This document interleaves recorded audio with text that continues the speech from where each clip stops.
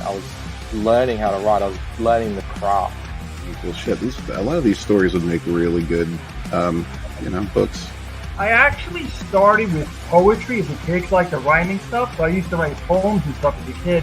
Where I cut my teeth and learned a lot was from reading a bunch of the screenwriting books and then writing a bunch of crappy screenplays. Ever since I can remember writing, I started writing stories. I think writing becomes like a drug. Like once you start, it's really hard to actually stop yourself. Instead of going out with your friends, you're inside chasing the dragon of having breakthroughs with stories and characters and finding those perfect lines. Use the rhythm of the story to, control how the audience sees the story. And if you just read the words on the page, you're not engaging in it. You can tell more of a story with a facial expression than you can from a huge word balloon taking up half the camera. Sometimes as a writer, you wonder what the hell you're doing. If you ever think that, am I just making it in the Kantian sense? Am I just making this up? Am I really alive? Am I really experiencing? Am I just an illusion? The problem with fiction is reality. You do not want your reader to feel let down. I can do this. I think I can do this, but I want to do this. Like when you give somebody a piece of poetry, and it can be someone who hates poetry, and then they read it, and you see that light hit, and you go, oh, I did it.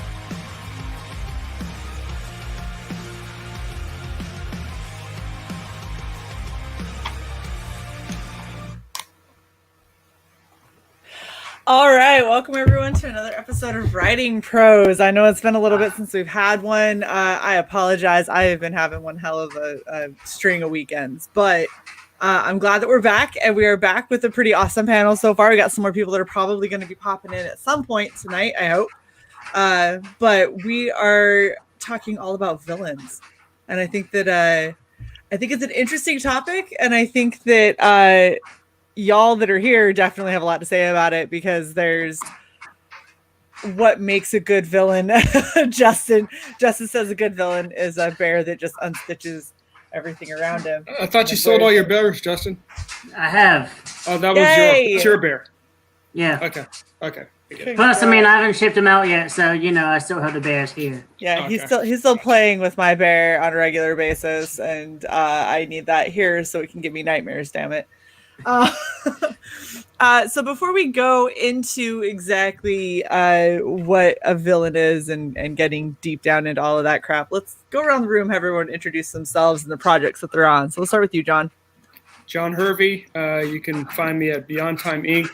My current project is Black Tiger, Legacy of Fury. It's a 172-page graphic novel. I think we have about 24 of the softcover books left and about 10 of the hardcover.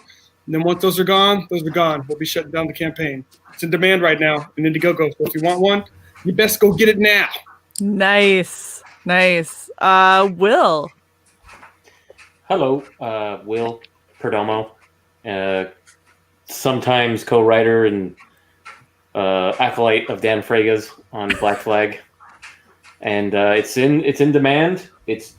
We're working on it. It's going quickly. So if you guys want to jump on, it's a good time to jump on, because you're going to get your book sooner than you think.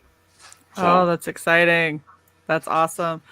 I'm super bummed because I didn't want the shot glasses off of Black Flag, because I was like, no, I don't need to be encouraged to drink. And then I started thinking about all the times that Dan and everyone's going to sit around and take drinks out of those shot glasses, and I don't have them, which means I'm going to have to back again.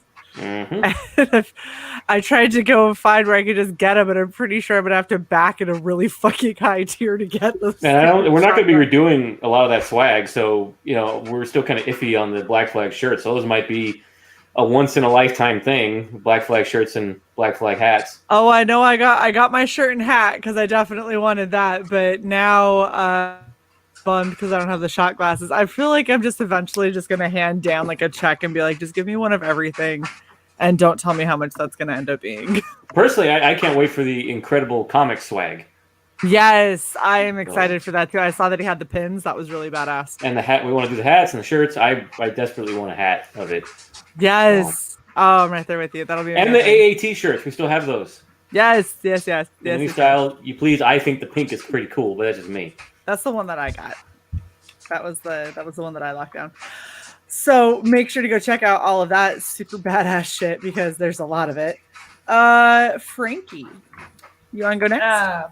Frankie Tartamella, writer of Through the Woods. It's 98 pages, still available. I have to thank Will for picking it up. So it's Finally. be good if you picked it up. Yeah, good job, Will. Do I get my remark? Oh, what? The what? Your remark, not from your brother, from you. I want you to draw the pigeon in there. Oh. Oh my You gosh. like stick figures?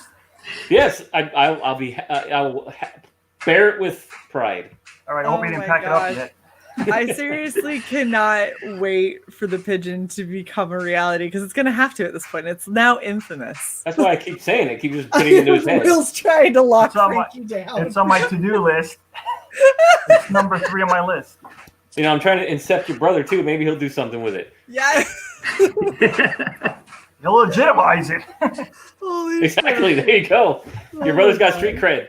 Yeah. If you don't know what we're talking about, it was a couple episodes back. Go, Will, what episode were you talking about it that you came up with the pigeon? When did we start talking about that? Where we just... There was something about the crow, and you came up with it, Will. Yeah, Right. what about the pigeon? And we're like, with a pigeon? And we just it became like a running thing. And then he threw it at me. Frankie should write it. I'm like, what? Yeah, because you can do the haunted manor. You can do that very easily. Yeah, that's true. It's gonna be so good. I can't wait. I had a parakeet. I'm too much of a boomer for to write kid stuff. Wait, are you gonna make the pigeon a children's book? I don't know. Like a kid's version of the crow? Because I don't feel like the world needs that. Oh my gosh! I wasn't thinking that. I wasn't either. But Will starts talking about can't write a kid's book. Now I'm confused. I mean, or the pigeon could be all like Punisher and just drops like little bad seeds of cyanide. I thought it was gonna be a Brooklynite with a pigeon on his shoulder. Wow. Oh, why not? I mean, something that Frege could symbol for. Oh, wow. The good feathers animated. Yeah, good feathers. Good. You guys are terrible. They put the metal beaks on. Justin, go ahead, sir. All right. I am for today Dr. Doom Dutton. I'm the writer and creator of Unstitch. If you wanted a bear, sorry, you're out of luck. But because we're talking about villains, he's a villain in the book. Look at him. He unstitches teddy bears, and I think a cool villain needs a cool design. There, that's the whole segment. We're done. And remember, that shit is magical. There's one quote I want to put on the back of the book, but I cannot. No, you can't. Best kids book tagline. Right? That shit is not The pigeons and Animaniacs. There you go. That's what you guys should base the pigeon off of. Maybe everyone forgot about it. It's public domain. Well, it's too by Spielberg. No. Shit. That's his. All right, so our topic today is all about villains. So just straight out the gate, before we get into any specifics, do any of you guys have anything that just jumps out about villains that you want to talk about? I love all the dead air every single time. Every fucking time. It's just yeah, we're reliable like that. You know that. You're like. That's the reason why you moderate. I don't know what to do with my hands. You can't leave us to, Yes, exactly. I don't know what to do with my hands. Hi. I'm Ricky Bobby. Go ahead, John. I feel like you were going to say something. I was actually going to say something. Go ahead. I mean, with villains, I think usually we think of villains as just bad guys. Usually when people, and that's usually the thought process. But, ultimately a villain in a story is someone, that's moving the story along, that's really helping the hero or anti-hero get to where they're supposed to be. Oftentimes, you have a hero or an anti-hero. This hero may have some kind of, misbehavior, something about them. And usually your story revolves around them overcoming that. And to do that, the villain is a big part of that. The villain is, whether it's their, what their driving force, their inspiration to overcome their misbehavior. So I think, when we talk about writing, it's different than like, usually in society at large, when you talk about villains are bad guys. But in the arc of a story, a villain can just be the person that's opposed to whoever your main character is. Because you can look at a lot of great stories that we love. Movies that we love. Look at Scarface. Who's the villain? Who's the villain there? You could look at a lot of great movies, and it's like, who's the villain? The villain may actually be the person that's moving the story along. Yeah. Well, it's a good point. And just like Green Laser said, villains are always kind of good in their own mind. Like they're always doing something they're usually doing something for the greater good. Well, what was it? That's the Suicide Squad movie that came out. Like at the beginning of it, the first quarter of the movie, I was kind of stoked about it because I actually thought that Batman was going to be the villain because they started kind of lining it up so that like Batman was going to. And I said this could totally work. Because Batman is in effect Joker's villain. He's in effect Joker and Harley's villain. I'm like, this could totally work, but they didn't end up going down that route. But I was actually stoked to see a movie where Batman was actually the villain, was Joker's villain. Yeah. That's a good idea. So Leggy starts off like he does every time he comes around here immediately with questions, which is always so awesome. And I think it's because he notices the dead air and the fact I give you guys shit about it every single time. So he tries to prevent it, but I always am going to put you guys on the spot before I go to Leggy's questions. So he wants to know, what are your guys' favorite villains? Do you like same power but two sides of the same coin, cerebral versus brawn, or cerebral versus cerebral? All right, you know what? I'll go because actually my favorite villain is Xanatos from Gargoyles. I do not remember. What? Get out of here! No, I remember go watch Disney Gargoyles. Plus. I just Go watch I Disney was a Plus. child, Justin. Good shit. All right. Well, Xanatos was the billionaire dude that brought the Gargoyles to life. Kind of ringing a bell. All right. Well, he's very much like Lex Luthor of like has a lot of money and a lot of like big brain plans of just schemes on schemes. But this is why he's my favorite, is because he's a villain that never loses. And in fact, they created a writing trip called the Xanatos Gambit. So the Gargoyles will think he's after like object A, but he really wants object B. And if he gets object A that they think, that's cool. But if he doesn't, he's got another thing that actually like that he wanted to do anyways. Okay. So like So a it's like a villain bait that and switch. never loses. That just sounds like somebody who's really good at adapting what he wants. Where he's like, there's like 5 outcomes, and I've got them listed from like most desirable outcome down to, the least desirable, but I'll still take it. And so you've got the Gargoyles that are like blocking 1 and 2, but he's like, if I can get 3, that's still good. It's like, yeah. I mean, still technically you lost. You just didn't lose as much as maybe somebody else. Well, he always actually gains more than what, they think. Like, he'll go after, like, the bottom tier, but he actually gets the top tier. And they're like, oh, yeah, we stopped him getting, like, $200. And he's like, yeah, but I broke my girl out of prison. It's cool, whatever. You figure like a villain like Dr. Doom. He's a villain that really never loses. Yeah. And I mean, exactly. Dr. Doom, he even checks himself. Like sometimes he'll do something like he jacked Galactus at his power. Then he kind of checks himself sometimes. He's like, okay, yeah, I'm doing too much. Like people don't actually really stop Doom. Doom just kind of stops himself at times. Yeah. So he's an interesting. Yeah, he's a bad, awesome villain who's kind of interesting because he thinks he's doing something good for his people, even though he kind of enslaves his people. What about you, Frankie? In the cartoon world, I'd say Mumra from Thundercats. That's a good one. In the movies, Dr. Evil, because there's comedy, and you can be a villain and be funny too. And in real life, My first grade teacher.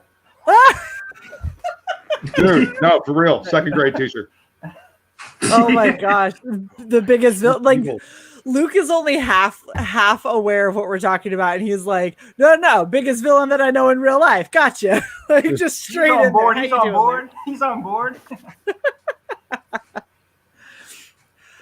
Luke, go ahead and introduce yourself since you got here late.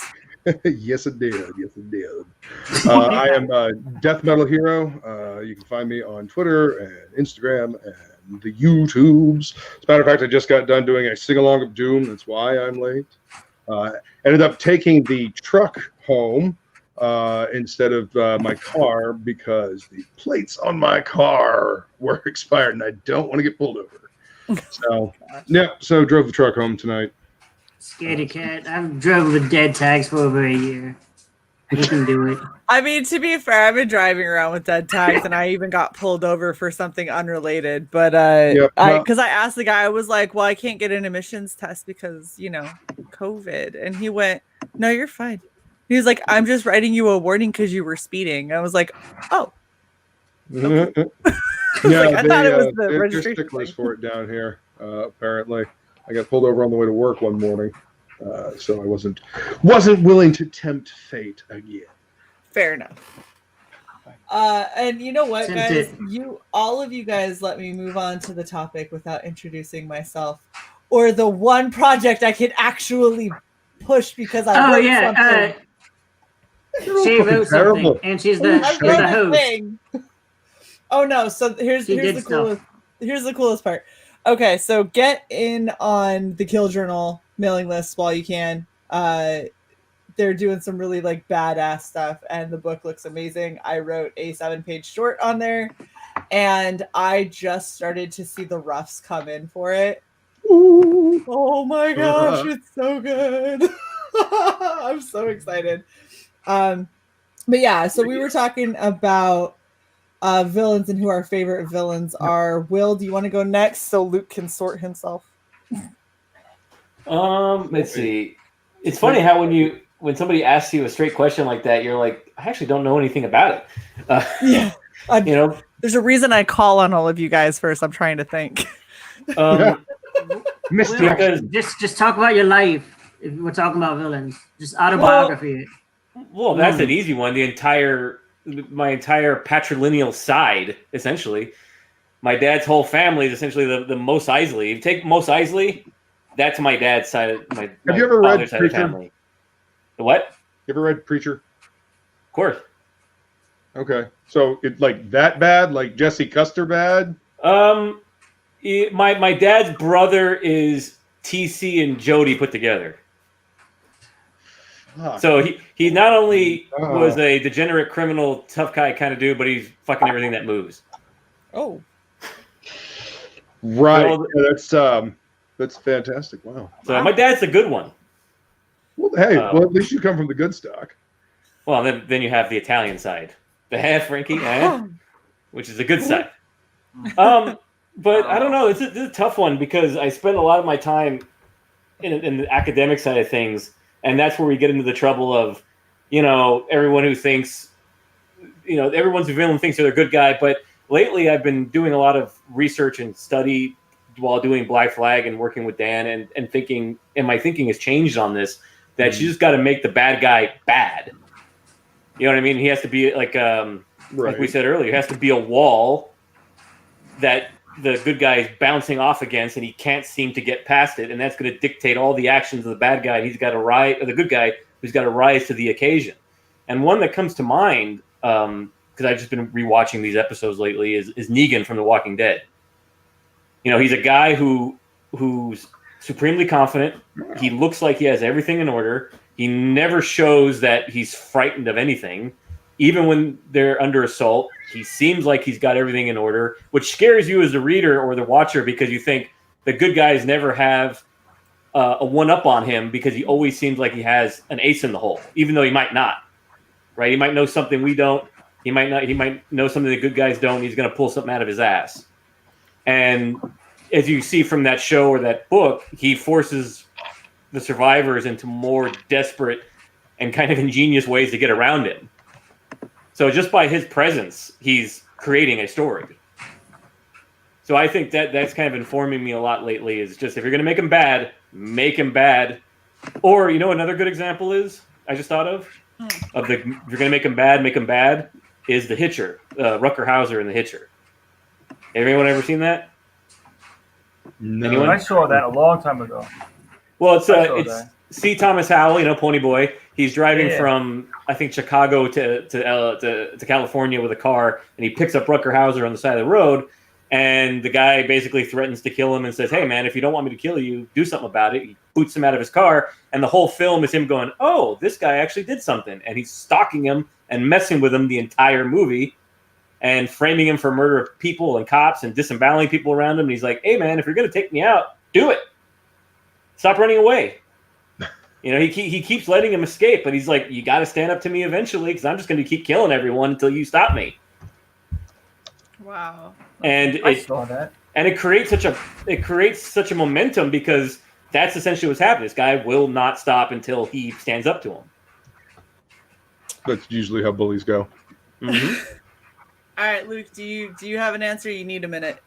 For what my favorite villain? Favorite villain. I mean, as far as like classic comics go, like Green Goblin. Like Green Goblin was just like supposed to be like the antithesis of Peter Parker, responsibility and being a hero, and Green Goblin was just kind of insane and irresponsible. He was a criminal, But yeah.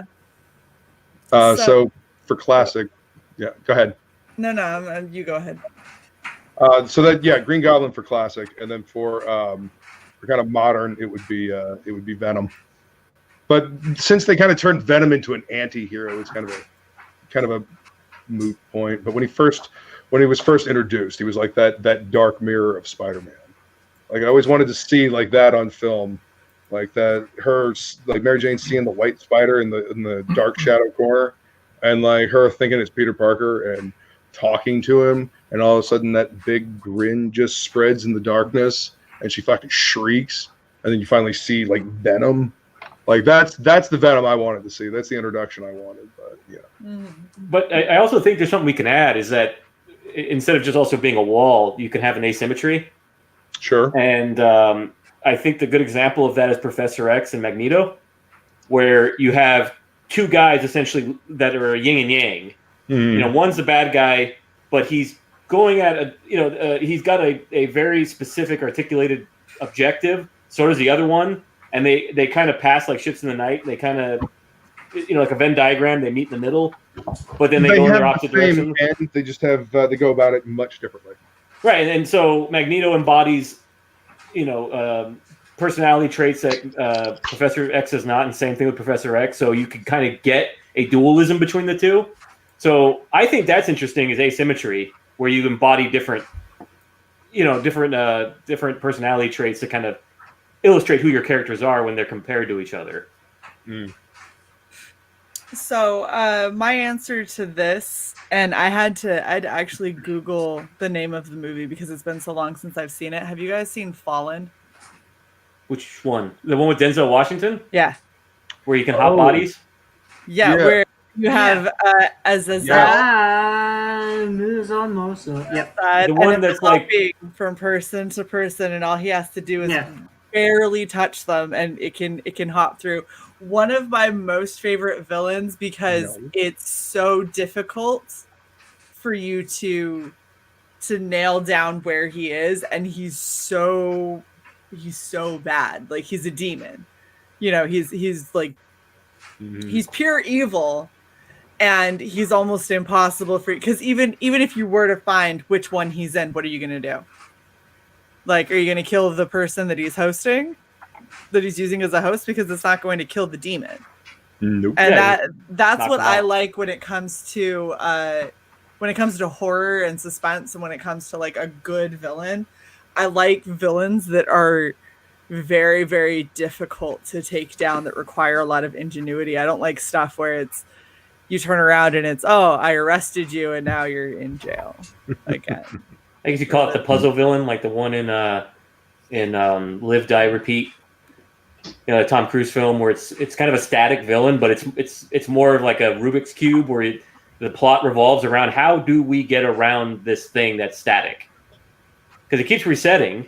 Yeah. You know, the time keeps resetting. He keeps reincarnating. Right. So there's not much danger to him other than just time is not going to move forward unless something happens. Until he figures out how to fix it. Right, and I like that idea of like the static villain. It's just like, how do we get around it? How do I get off the beach? When I'm off the beach, how do I find its lair? When I find its lair, how do I take it out? Right. I think guess it's sort of a derivation of the man on the mission kind of genre, where you have static villains and then the men on the mission who are, you're not going to see the villains till the end. The circumstance in the situation becomes more of the villain, right? You know, the main villain, and then the physical villain that he's fighting becomes kind of like an aside. Right. The mission is the villain. Yeah, exactly. So I think that's a cool. Those are always fun because they're so intriguing, especially the setup and the training, like in Inception, where they're just the most intriguing part of that movie is the planning that's going into it. Like Memento. Like the main villain of Memento is his memory and his inability to remember. Yeah, because the villain's, well, sorry to spoil it, it's been dead for a while. Yeah. Yeah, too true. Yeah, well, look at it.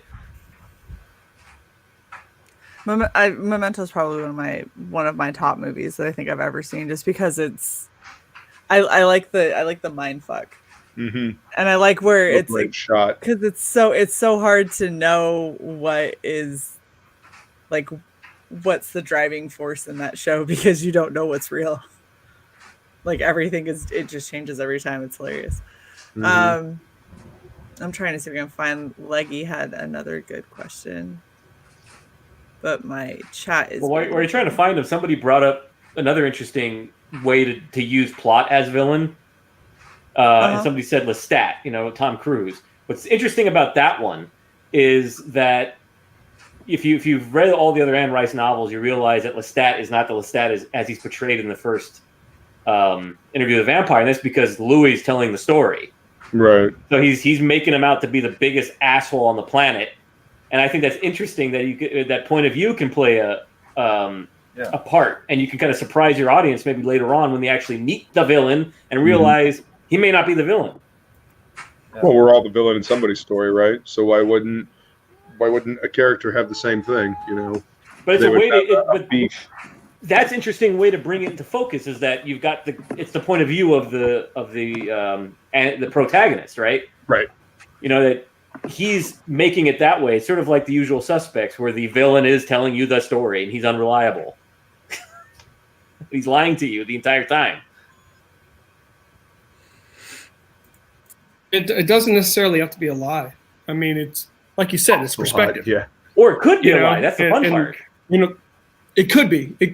But you know, getting back to kind of using Batman as a protagonist or antagonist. I mean, you know, if Batman swoops down on you, there was this. I forgot there was like one thing. It was like a bunch of animated shorts, and it was connected with I forgot which one of the Batman movies.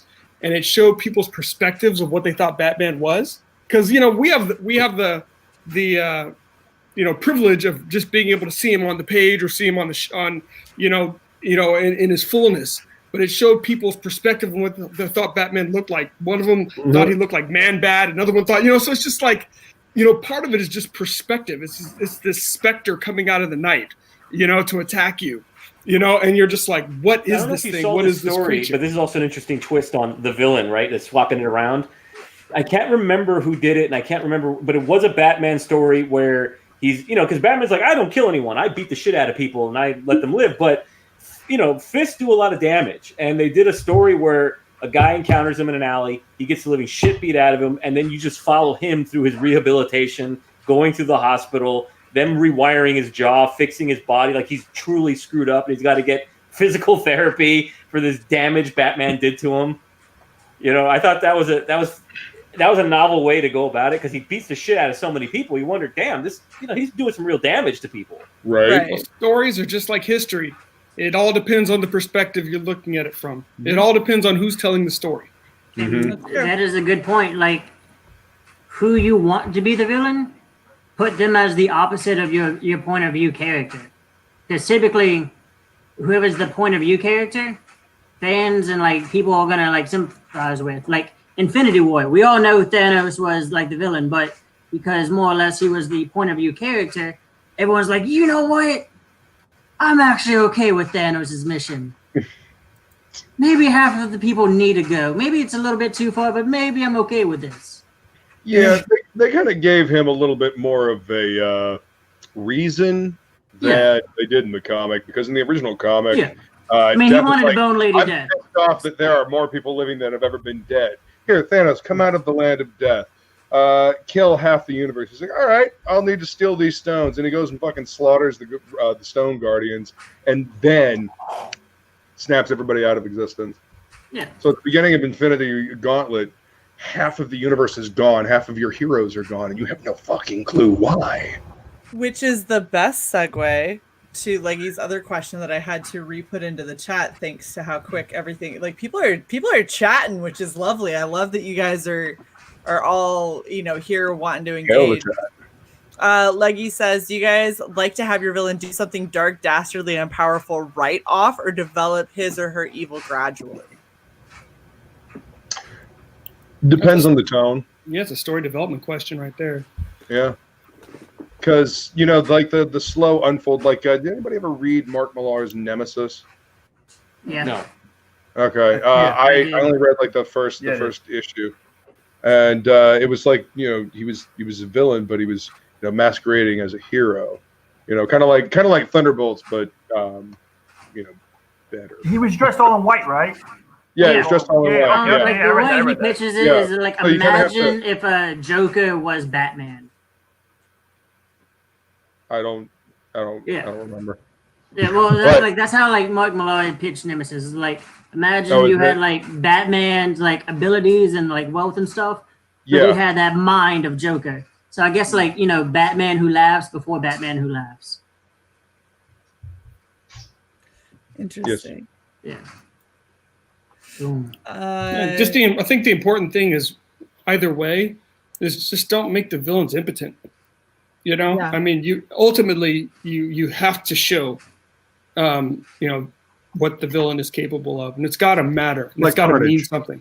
Yeah, it's got to mean something. Mm-hmm. Well, I think what you're saying there also is that they've got to kind of activate the story so that the hero does something. And what comes to mind is the Kurgan in the Highlander. Pretty much activates that story, right? He kills McLeod, he becomes an immortal, and the whole movie is preparing this guy so he can kill the Kurgan so he won't win the prize. So the whole movie is driven by just this guy existing. Mm-hmm. Because every other immortal doesn't want him to win. They don't mind if they win. They just don't want him to win. And I think he literally just activates the story from that point of view. Yeah, and that's the funny thing. Like, if you look at a character like Conan, right? I mean, Conan is basically activated by a guy just like him. A guy like him, like what Conan is going to become in the future, right? So are we talking? That's just a cycle. What are we talking? Are we talking the movie or are we talking the books? So I'm talking more the movie. Okay, so the first one with Thulsa Doom? Yeah. That's a good example of asymmetrical villains.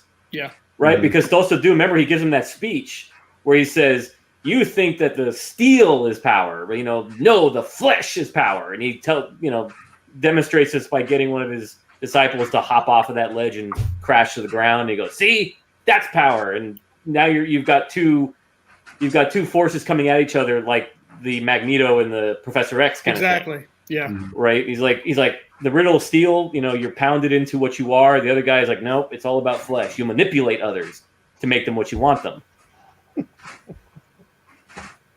One is cunning, like a serpent. His symbol is a serpent. Remember? Yeah. So it's a snake cult. Fucking serpent. Right, and that's his. He entices everybody through the flesh and through, I thought he was just a doctor, the serpent side. No, it's us. Well, yeah, they do curl around each other, don't they? Yeah. And he entices everybody with orgies and the promise of everlasting pleasure in the flesh. And Conan's like the opposite. He's like, no, it's pain and suffering, and you're this piece of matter that gets pounded into steel by conflict and pain. Right. That's actually a great thing to bring up, is a Thulsa Doom versus Conan dynamic. That's a perfect opposite but asymmetrical pairing of villain and hero. So another good question series from Leggy is how do you like to make your main villain's motivations? Physical, like your hero didn't save their family member; idealistic, the vision of the future; financial. So I mean, all of this kind of comes down to exactly what kind of story you're writing and what medium you're writing in. Yeah, precisely. Because if you're writing in something where you can really like deep dive into a more existential, idealistic reason for something, then that can be a lot of fun. But if you're trying to do that in like a 22-page comic, that's really difficult to get across and have established well enough where it doesn't feel hokey or rushed or illogical, because there's a lot that goes into that kind of has to be revealed naturally over time. Mm-hmm. And you can be wordy in novels. That's the point. You can be very wordy in novels. Yes. And I think in a book, in a comic, sometimes you have to have the big gesture in a comic book. You have to have the big gesture. And that's so we go back to, for example, Negan. When he's first introduced, what does he do? He clubs somebody to death. Right. You know, and that gets across who this guy is, right? It's very visual. He bashes Glenn's head in. Yeah. You know, and that's something that will help you save pages and time. You don't need to really explain anything else in a comic other than that. Hey, he's a bad guy. How do I know? Well, he bashed in your favorite character's head. Your main character does not have. He needs reconstructive surgery now. He doesn't look the same anymore. You're like, oh, yeah, he seems like a bad guy. No, he died. Oh, he dead? Yeah, he died. Without spoiling, when I wrote Through the Woods, Yep. John Slatcher, who's like the evil guy in the book, I kind of, through the way he acts, the way he talks, but evidence of evil. Not actually showing him do it, but the aftermath of what he's done. And you know it's him, so it's like, I kind of did it like that, because the book's more like, I want to do more mystery without showing it, or I can leave it up to the reader. What the hell did he actually do? Like, how demented or evil is this guy? So I kind of let that play without showing him physically, actually showing what he's done. So I was a different take I took on that villain when I wrote it, when I created him. I mean, I think that's effective. I mean, there's one film that does that really effectively, and people are convinced to this day it's the most violent movie ever made when there's no on-screen violence, and that is Seven, which deals with the aftermath. I was thinking that. You said it. I was thinking that. Right. Yeah. And you talk to people, and they go, God, that's the most violent. There is no violence in that movie. I think one guy gets killed on screen, and it's the villain. Yeah, before you said it, I was thinking that. I was like, oh, shit. And you're kind of following this guy. You're looking at what he's done, and you're going, and even I think Morgan Freeman says it, this must be the devil himself. Or an alien. Remember, he says, like, if we catch him and a UFO pops out of his head, or he is the Satan himself. So what does he do? He feeds a guy to death. He has another guy screw a woman to death with a blade. I mean, it's like, who did this? Who thought this out? Right. You know? And they could have shown him, but they chose not to, which built up even more of that aura around the evil. You know, I thought that was pretty cool. And then he turns himself in. And you're like, what the hell movie is this? Yeah, exactly. You know, that's what really makes that movie interesting is like he turns himself in and goes, hey, I'm the guy you're looking for. And this is what I want. And you know something bad is coming. You know, it's what we talked about earlier with the kind of building up the wall, right, of the villain. Especially when he's ultra confident. It just scares the shit out of you as a reader or a watcher because you're like, okay, how's he going to fuck the people we like so badly? Because he's looking like he's not bending. And John Doe is like so confident. He shows up. He's got his lawyer. Says, I want X, Y, and Z. I want you to drive me out to the middle of nowhere and I sign a confession. You know these fuckers are walking into something. Yeah. Yeah. Like, what? Oh, yeah. You know? And it's just building suspense. And then when they drop that box there. What's in the box? Exactly. What's in the box? What's in the box? No, I think that movie's brilliant, personally. Yeah. It's a brilliant movie. It is. It's a real hard movie to like. I feel like it's one of those movies that I watch once, and like you said, there's no on-screen Well, violence. it leaves an impression on But you. it gives you such a feeling that like, okay, I'm gonna sit down and I'm gonna watch it again, and it's so hard to make that decision to be like, I'm gonna hit play and I know what happens, and I'm gonna hit play anyway and watch it. Like I've tried. It's so fantastic, though. Just not gonna. That's probably why Frankie did it, because it's so effective, because he doesn't have to do much when you see this guy, because you see what he's done. I haven't read Through the Woods yet, but then you meet the guy and you're like, he doesn't have to say anything. You don't have to waste space. This guy even doing anything. You've seen what he's done. Mm-hmm. Oh yeah, the mind will fill it in much better than you can show it on screen. Always. Oh, absolutely. But that's the same. 7.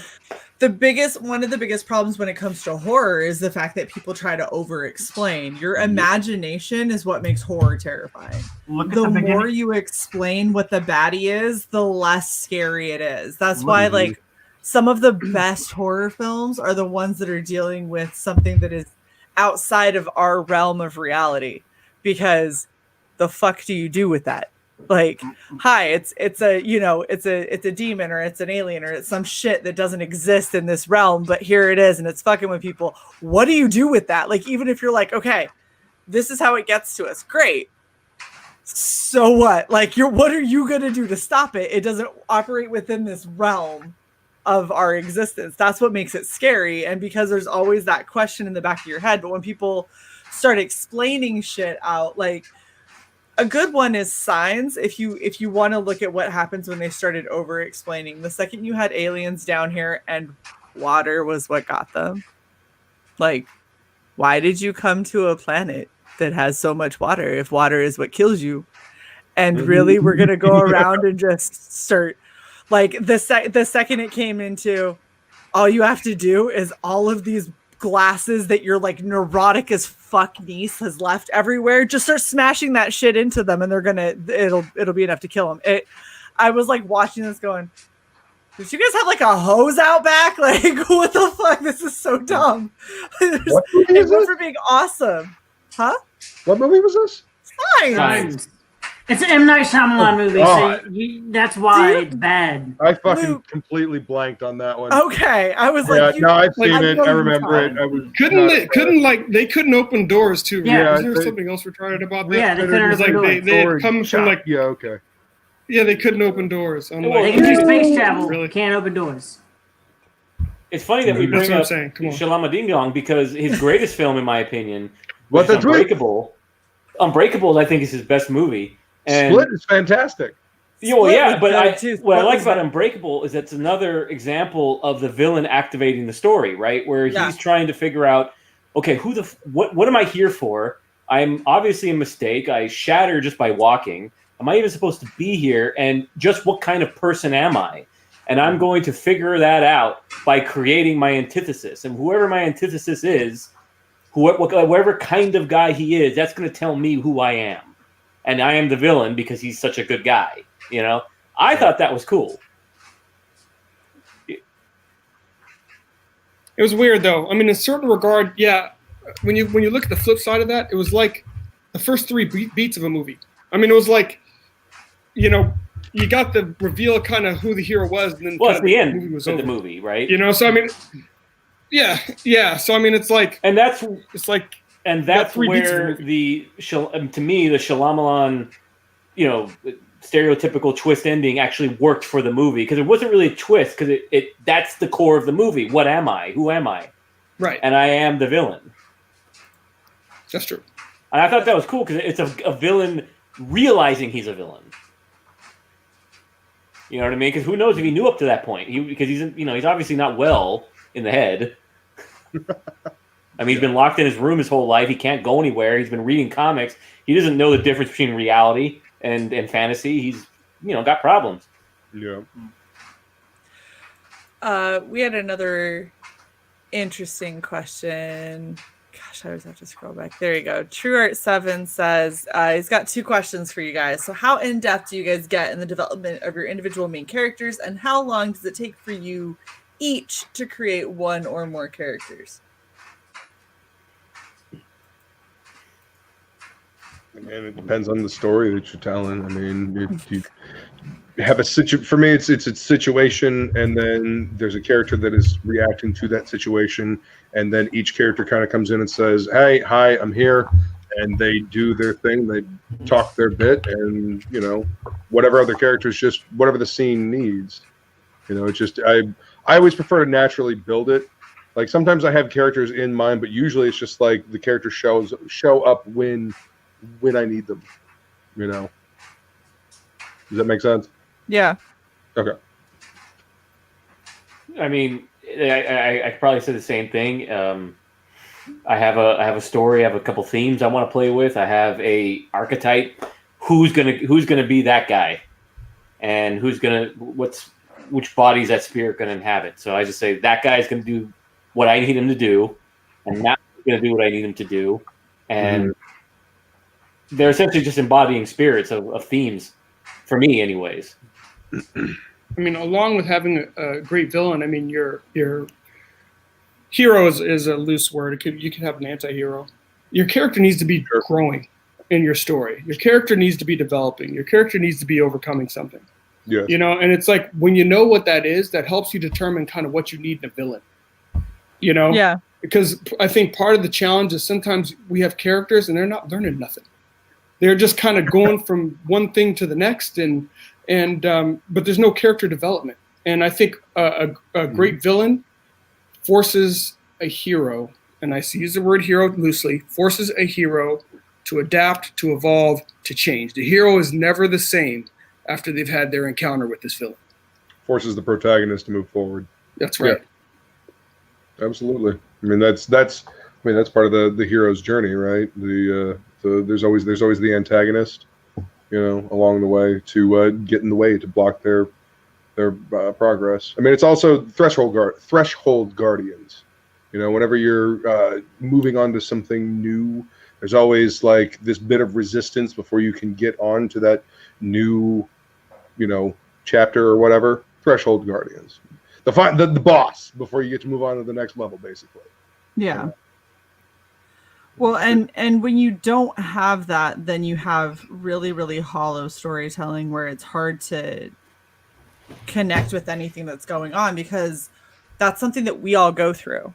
Every time you are, like you're saying with the whole threshold guardians, anytime you're trying to get to the next level of whatever your experience is, you always have that moment of just like complete like fuck you over resistance, or just total bullshit that you end up going through to almost test your resolve, your readiness, your willingness to get to whatever is on the other side. And by the way, Replicant, that's one of my favorite short stories. Which one? The Yattering and Jack. It's like the only comedic story in the Books of Blood. It's a Clive Barker series of short stories. Where it's essentially a demon kind of poltergeist kind of thing that's charged with driving a guy crazy, but he can't seem to drive him crazy even when he blows up his cat. And the guy just seems to ignore all this phenomenon. Doesn't respond. Doesn't even respond, and he's doing all this crazy stuff to him, and he can't seem to get him scared. And the whole story is from the point of view of the Yattering trying to understand what the hell's wrong with this guy. I've destroyed his marriage. I've scared away his kids. I've blown up his cat. And he just kind of shrugs and goes, whatever. He's like, what's wrong with this moron? Dude, that almost reminds me of the Screw Tape Letters. Yeah. It's kind of like that. I think he got the idea from there. Probably. Dude, the Screw Tape Letters, that was one of my most favorite reads that I've ever had. Simply because I love the fact that it feels like you have this, like, if you had to relate it to something that you knew. Screw Tape and Wormwood. I ended up relating like the bumbling idiot demon trying to control shit. Like every fucking teenager that thinks that they know better. And every single time you did anything, I was like, you're just proving my point, because every time you try, you fuck it up worse because you're just so impatient. You can't understand like human nature. You push too hard, and then what you get back is somebody who's going, well, obviously I need to stick to my resolve a little bit better. Like this isn't working well. And he's just making it worse, and he's pushing he's supposed to be pulling somebody farther away from God and from religion and from faith, and what he's doing is driving him to that because he just doesn't understand the complexity of human nature, which is something I thought was hilarious and amazing to watch. And then you have, you know, the overlord who's like, okay, fucking stop. Like, Screw tape. This is how we do this. Okay. And he's like, okay, I got it. And he goes and fucks it up again. He goes, okay, what part of fucking stop did you not get? Like, let's try this again. Fucking stop.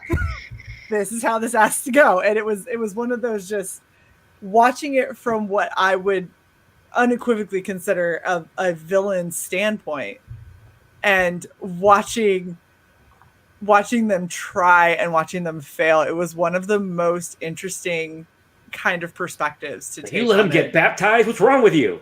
Right. Like, how did you not stop that? And he's like, well, what am I supposed to do? And it's like, well, not what you did, obviously. Like, what you did didn't work. Don't do that again. Yeah, like Wormwood would say, he's got a girlfriend. This will open up some degeneracy. He's like, no, you know, they might fall in love. It was like, you know, like it's just the complete lack of understanding of like our world and our psychoses, like our nature, our brain, our, you know, way that we operate. Just, and it was wonderfully done because it made me think of the whole fact of one of the big things, if you're religious and into Christianity, demons are jealous of humanity because we have the ability to feel all of these things, and they don't understand it. They don't get having highs and lows. It's all one thing for them. There is no opposite. In that book, there's a great chapter where he's talking to Wormwood, and Wormwood is talking about like something to do with sexual degeneracy, and he goes, "You don't understand. Sex feeling good comes from the enemy. If we could, we'd make it very awful for them, but we need it to get them to do bad things. The pleasure part comes from the enemy." It's true, but it's one of those. If you ever want to read something to try and give you an idea of how to get into the mind of the villain, you need to read the Screw Tape Letters.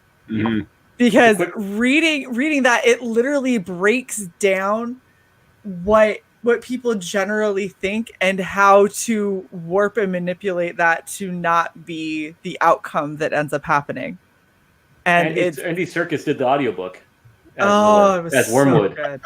And he does it in character. He's not just reading; he's doing it in character. I have an audiobook version that John Cleese did. The Screw Tape Letters. Screw Tape Letters, yeah. Is he doing it straight? Well, no, he does voices. You know. Okay, so he's doing it in character. He's doing his best. Yeah, it's really good. Speaking of the devil, somebody brought up a good influencer villain, which was Al Pacino in The Devil's Advocate. Oh, so good. Where he doesn't even assert himself for the whole movie. He actually tries to talk the main character out of the bullshit he's doing. Yeah. There's that great scene where he says, you don't need to do this case. Your wife is sick. He obviously needs to go home. Don't worry about it. We'll take care of you. Go home and take care of your wife. He's like, bullshit, I got to win. And he goes, are you sure about that, buddy? Like, seriously. And the devil's trying to tell him, come on, man. Take care of your wife. What are you doing here? Mm. And you have that great line at the end where he's like, all right, but the devil. You know what I'm saying? Free will is a bitch, right? And he tells him that. He's like, you tricked me. And he's using legalistic language, and you entrapped me. He's like, I don't do that. What were the words? And he does a stenographer thing where he does his voice. Yeah. And he's like, because it turns into kind of a legal proceeding. He's like, I don't do that. I gave you an out. Well, that's the thing, though, is because in giving him an out, it's the biggest way to completely mind fuck him. Because you walked right through it, buddy. This was your choice. You chose to go down this path. So the fact that you're unhappy with it now is on you. It's not on me. Like it's about being a free moral agent. Exactly. It's like, I gave you an opportunity. Yeah. It's your fault you took it. And so that's a good one. The influencer villain. It's really it's another great fucking movie. Oh my Probably God. the it is movie that the last 10 minutes make the whole movie. Oh yeah. Oh, absolutely. If it weren't for that, then the movie would be very, very dull. You know, especially Pacino's speech, that like whole like spiel he runs through is probably some of the best writing for a villain I've seen. Best monologuing of a villain. Oh man. If we're all familiar with that. It's been a long time since I've seen that movie, but yeah.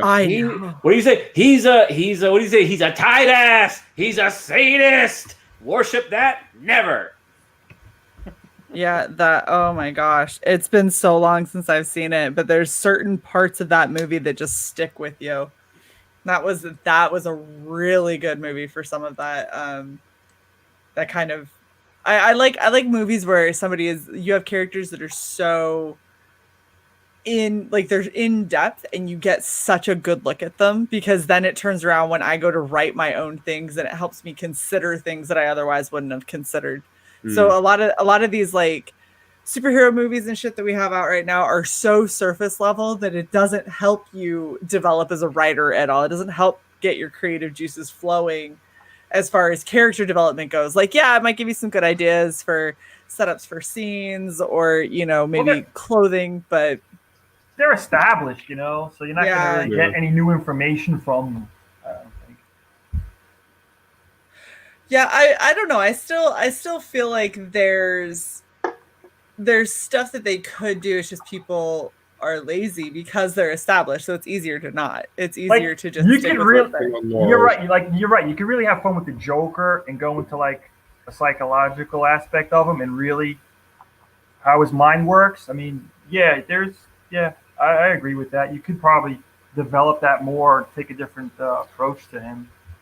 Well, and the ones that do, like so in the book that I was reading, that I need to actually get back to, Harleen, where it talks about Harley Quinn and her kind of meeting the Joker and all of that and how she gets spun up in it.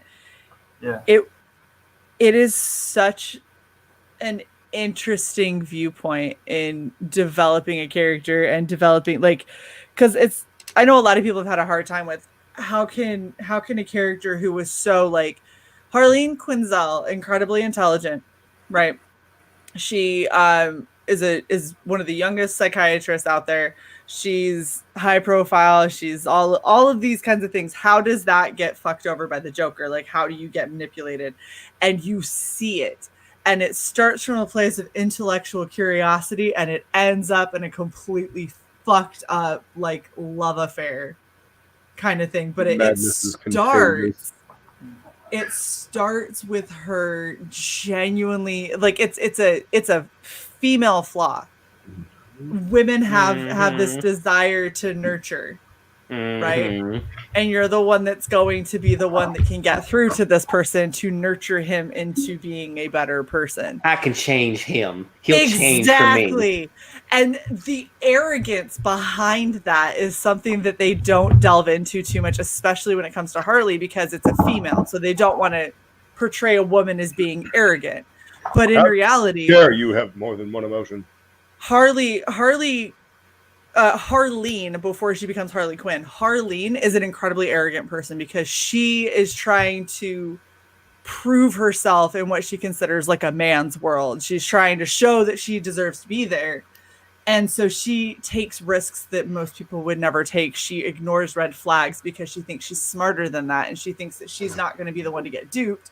And that is exactly what ends up happening, which is why it's so amazing to watch, because it's somebody who supposedly has a view out for all of those red flags to make sure that she doesn't fall victim to it. And she just does. And she's hanging around a bunch of sociopaths who are experts at manipulating women. Exactly.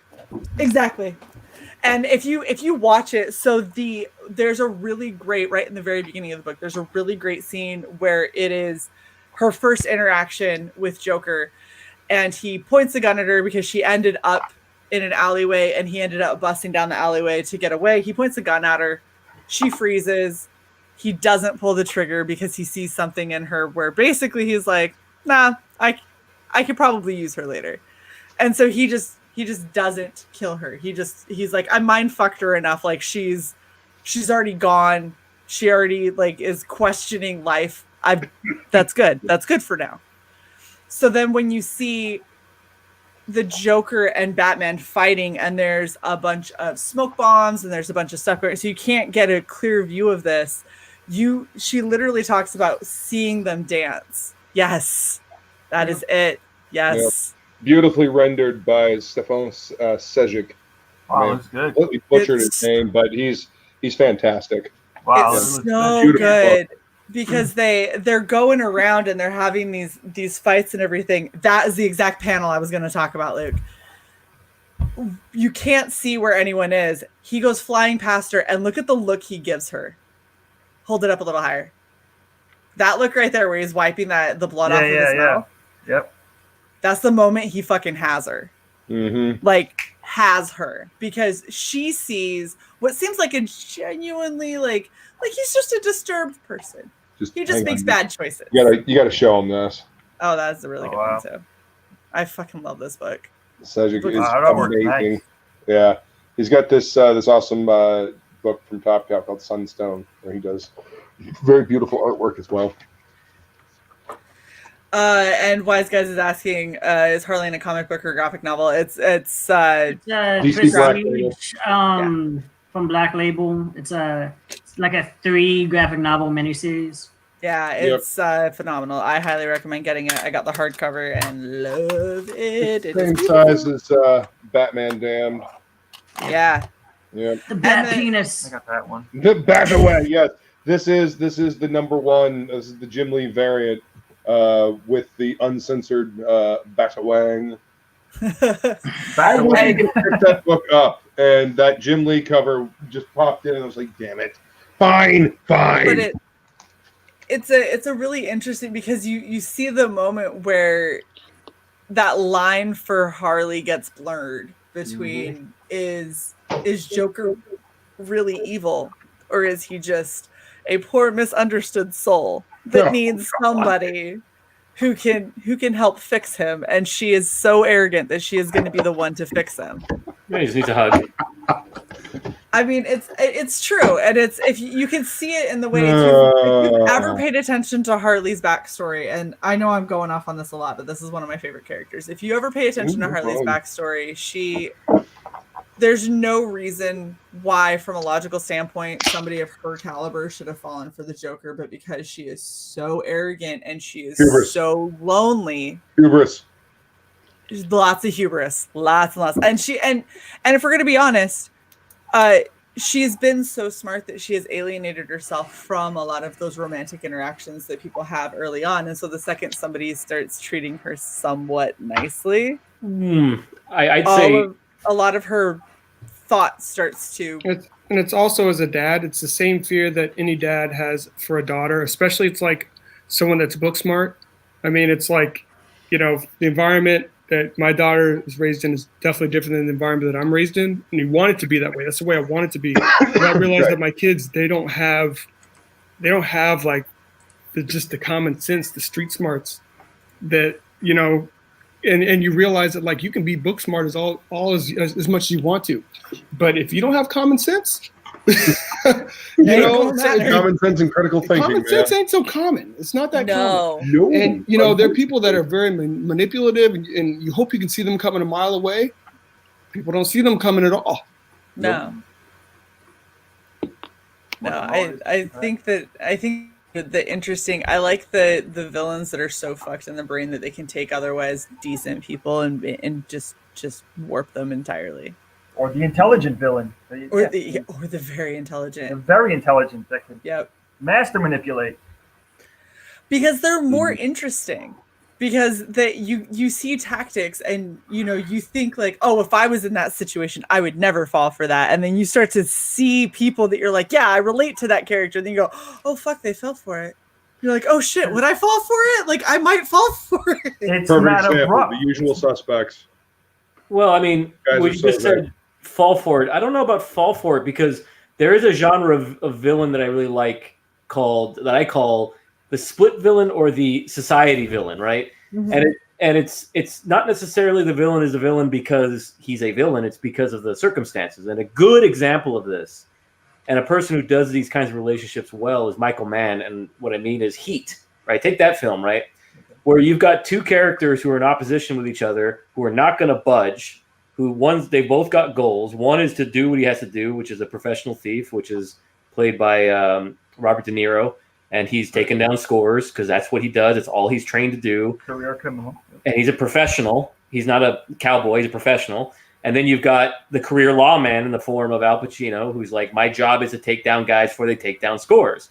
But here's the thing. They meet each other, and through the whole film, he admires this guy, and so does the other dude, at their dedication at each other's job. And they meet, and they say, look, man, in another life, we'd be best friends. We admire each other's honor, dedication. We both are lunatics because we love our jobs. Mm-hmm. But, brother, if you're standing in front of me, I'm taking you out. And I like that idea that in another life, we'd be friends. Unstoppable object or unstoppable force meets immovable object, basically. Right. Oh, but also, it's not a matter of us despising each other or being different at all. It's just my profession happens to be against the law, and you happen to be the law. They're like respectful of each other at their levels. Right. And I like that line. It's like, brother, if you're standing between me and the door, I'm taking you out. There's a flip side to that coin. I remember the speech.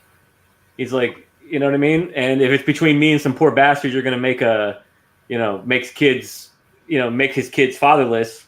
Yeah, I'm taking you out, brother. And I think that's cool because then that lets you play with the circumstances of the event. And it makes it more of a tragedy, I think, that these guys or girls or whoever and there's high stakes. They could not be friends. And the fact that they are friends and they are relatable to each other makes it worse that they're going to fight. Well, that's kind of on a really low scale. That's kind of what it was with like Catwoman and Batman. Is like Catwoman is bad for Batman because she steals. How you doing, Vinny? Hey, birthday boy's here. Happy birthday. It's the birthday boy. I forgot it was your birthday. I already said happy birthday, but it was hours ago. I am the law. That's a pretty good Marble Mouth McGee there. That was awesome. Yeah, birthday's been all right. Yeah, I can't complain. So, it's been good. I wanted to drop in and say hello. And I see that we're doing villains tonight. That's fucking awesome. Yeah, dude. Go ahead. Yeah, you can't have a great story without a really, insane villain. You need someone who's going to be even better than the protagonist. You want somebody who's the fans are going to latch on to. And, you got to tell a really good story with these characters. You can't just phone it in. You can't just go, oh, he's evil for the sake of being evil. They need to have some kind of motivation. They need to really tear down your hero of the story. Because that's how you're going to tell a good fucking a good tale. Well, the hero is defined by his villains. Absolutely. If your villain is light, then your hero is going to be light. There's got to be contrast. There's got to be exactly. That's why Batman's one of the most beloved characters. Look at his rogue gallery. Rogue gallery. It's amazing rogues gallery. That's it. Spider-Man and Batman. They're the most popular characters. It's because of that. People think it's just because of what they look like. No, it's not what they look like. It's not just what they stand for. It's the villains make them. That's Batman. He's been torn down so many times by so many villains over the years. Joker is his number one rival. But even recently, even like the Court of Owls, I'll give Scott Snyder that. I thought that was it was a smart take on like this kind of underground society and what they've been doing over the years that right under the Batman's nose, and he never saw it. And then the kind of torment that he went through and that first story arc was 8 or 9 issues. That was pretty awesome. I'll give him that. That's for sure. Well, while Joker is kind of the antithesis of Batman, a lot of his other villains, he has things in common with them, whether it's with Ra's al Ghul or even with Bane. I mean, there's parts of him there you could see that he could have become those guys. Oh yeah. And that makes them, that's great. It's a great reveal also. It's like you have villains that are antithesis, but you have villains that are like, man, Batman could have been that guy. Yeah. Oh, absolutely. Well, that's the thing, right? If you find humanity in the villains as well, people are going to latch on to that. They're going to see their motivations and they're going to understand it. And then, it's also cool to see the bad guy doing the evil shit that they're going to do. But it's part of what I think draws people into the story. For certainly, if you have a boring villain, you're gonna have a boring book. Mm-hmm. Yeah. Yeah. That's very true. We got a good question from Wise Guys. This kind of goes back to more writer's block, but he says, if you're working on developing the backstory for a villain, you have writer's block. What do you do to overcome that roadblock to move forward with development? I would say look at your hero too. Look at the story you're going to tell. Bounce back and forth between the two. You could draw from that. Yeah. Yeah. What is your hero supposed to learn? How's your hero developing? Because your villain's going to be the one to get him there. Right. Absolutely. Mm-hmm. Yeah, brainstorm some ideas. Make a little list. Try to figure out what's working, what isn't working. Because typically, I don't know, the way that I've been coming up with characters and villains for my stories, they go with what I'm doing in the story itself, right? They kind of feed off of that. And then I'll delve in and I'll branch out, and then I'll think of more of their motivations and how they are interacting with other characters, not just the hero of the story. Try to figure it out. Try to build a world at least in your own head, and then as you're writing, you'll start to make sense out of it for the rest of the story. At least that's the approach that I've done. Yeah, I think that, and this goes with any writer's block, but specifically if you're trying to make sure that you're writing a good villain, like you guys have said before, your villain has to push your hero. Mm-hmm. So if your villain is, you have like 3 pages and he's in the kitchen making toast. Evil toast. That may be some really evil toast. He's Evil making toast, but he won't put butter on it, and that's how he's No. gonna get him. Oh, wait, Will's about to say something about the toast. Is it burnt, Will? Well, no, about her that the villain is making toast. I think one way to approach it is one way, the way Vinny said it, and the other way is the opposite, which is you don't know anything about the guy. And I think there's been situations where the other characters will build up that guy to such a degree where you'll be scared to death of him. And the example that comes to my head is the Silence of the Lambs, right? You hear all about Hannibal Lecter, who this guy is, what he did to a nurse, all the things you have to go through to care for him and to make sure he's not a threat to anybody. Before you even lay your eyes on him, you're already scared of him. And then you see him and he's behind this glass. He's completely impotent, but the whole movie you're scared to death of him because he's behind that glass, right? You're like, okay, he's not going to remain behind that glass. When's the monster going to get out? It's the same thing as the gun on the mantle. If you see the gun on the mantles, it's got to get used eventually. Mm-hmm. This guy's not going to be here forever. And so you're going through the plot and you're dealing with the Buffalo Bill plot, but you kind of want to get back to this guy behind the glass, because you're interested in him and you're scared of him, right? Because there's so much dread being built up, and the whole movie shakes this can of dread. And then when that thing happens in Baltimore where he escapes, it freaks the fuck out of you. Yeah, because then with all that they built up, it's how he got out, how he got away. It's the can of dread, right? You're shaking it. Oh yeah, dude. I mean, and that's the thing. Will, that is a perfect point. And the same thing with the Joker. I think it's better that we don't know his backstory. I'm almost kind of upset that they're doing this 3 Joker story now. I agree 100%. I mean, I have the first one. I've read through it. I kind of see what he's trying to do, but at the same time, I can't get behind it all the way. Are they explaining the Joker? What are they doing? They're basically said there have been 3 Jokers throughout Batman's history. It hasn't been one. It's been 3 of them, and you see how they're interacting in this book. It's a Black Label one as well. It just came out like a week or 2 ago. But so like the one that killed Jason Todd, the Killing Joke one, and like the original like Bob Kane one, like they're 3 different Jokers, and one's kind of calling the shots, but they're almost like it's like taking turns. I don't know. I'll stick with Napier. Yeah, that's what I'm saying, right? I think Batman the Animated Series handled it the best. Because even if they wanted, they kind of the movie itself. What is it, Mask of the Phantasm?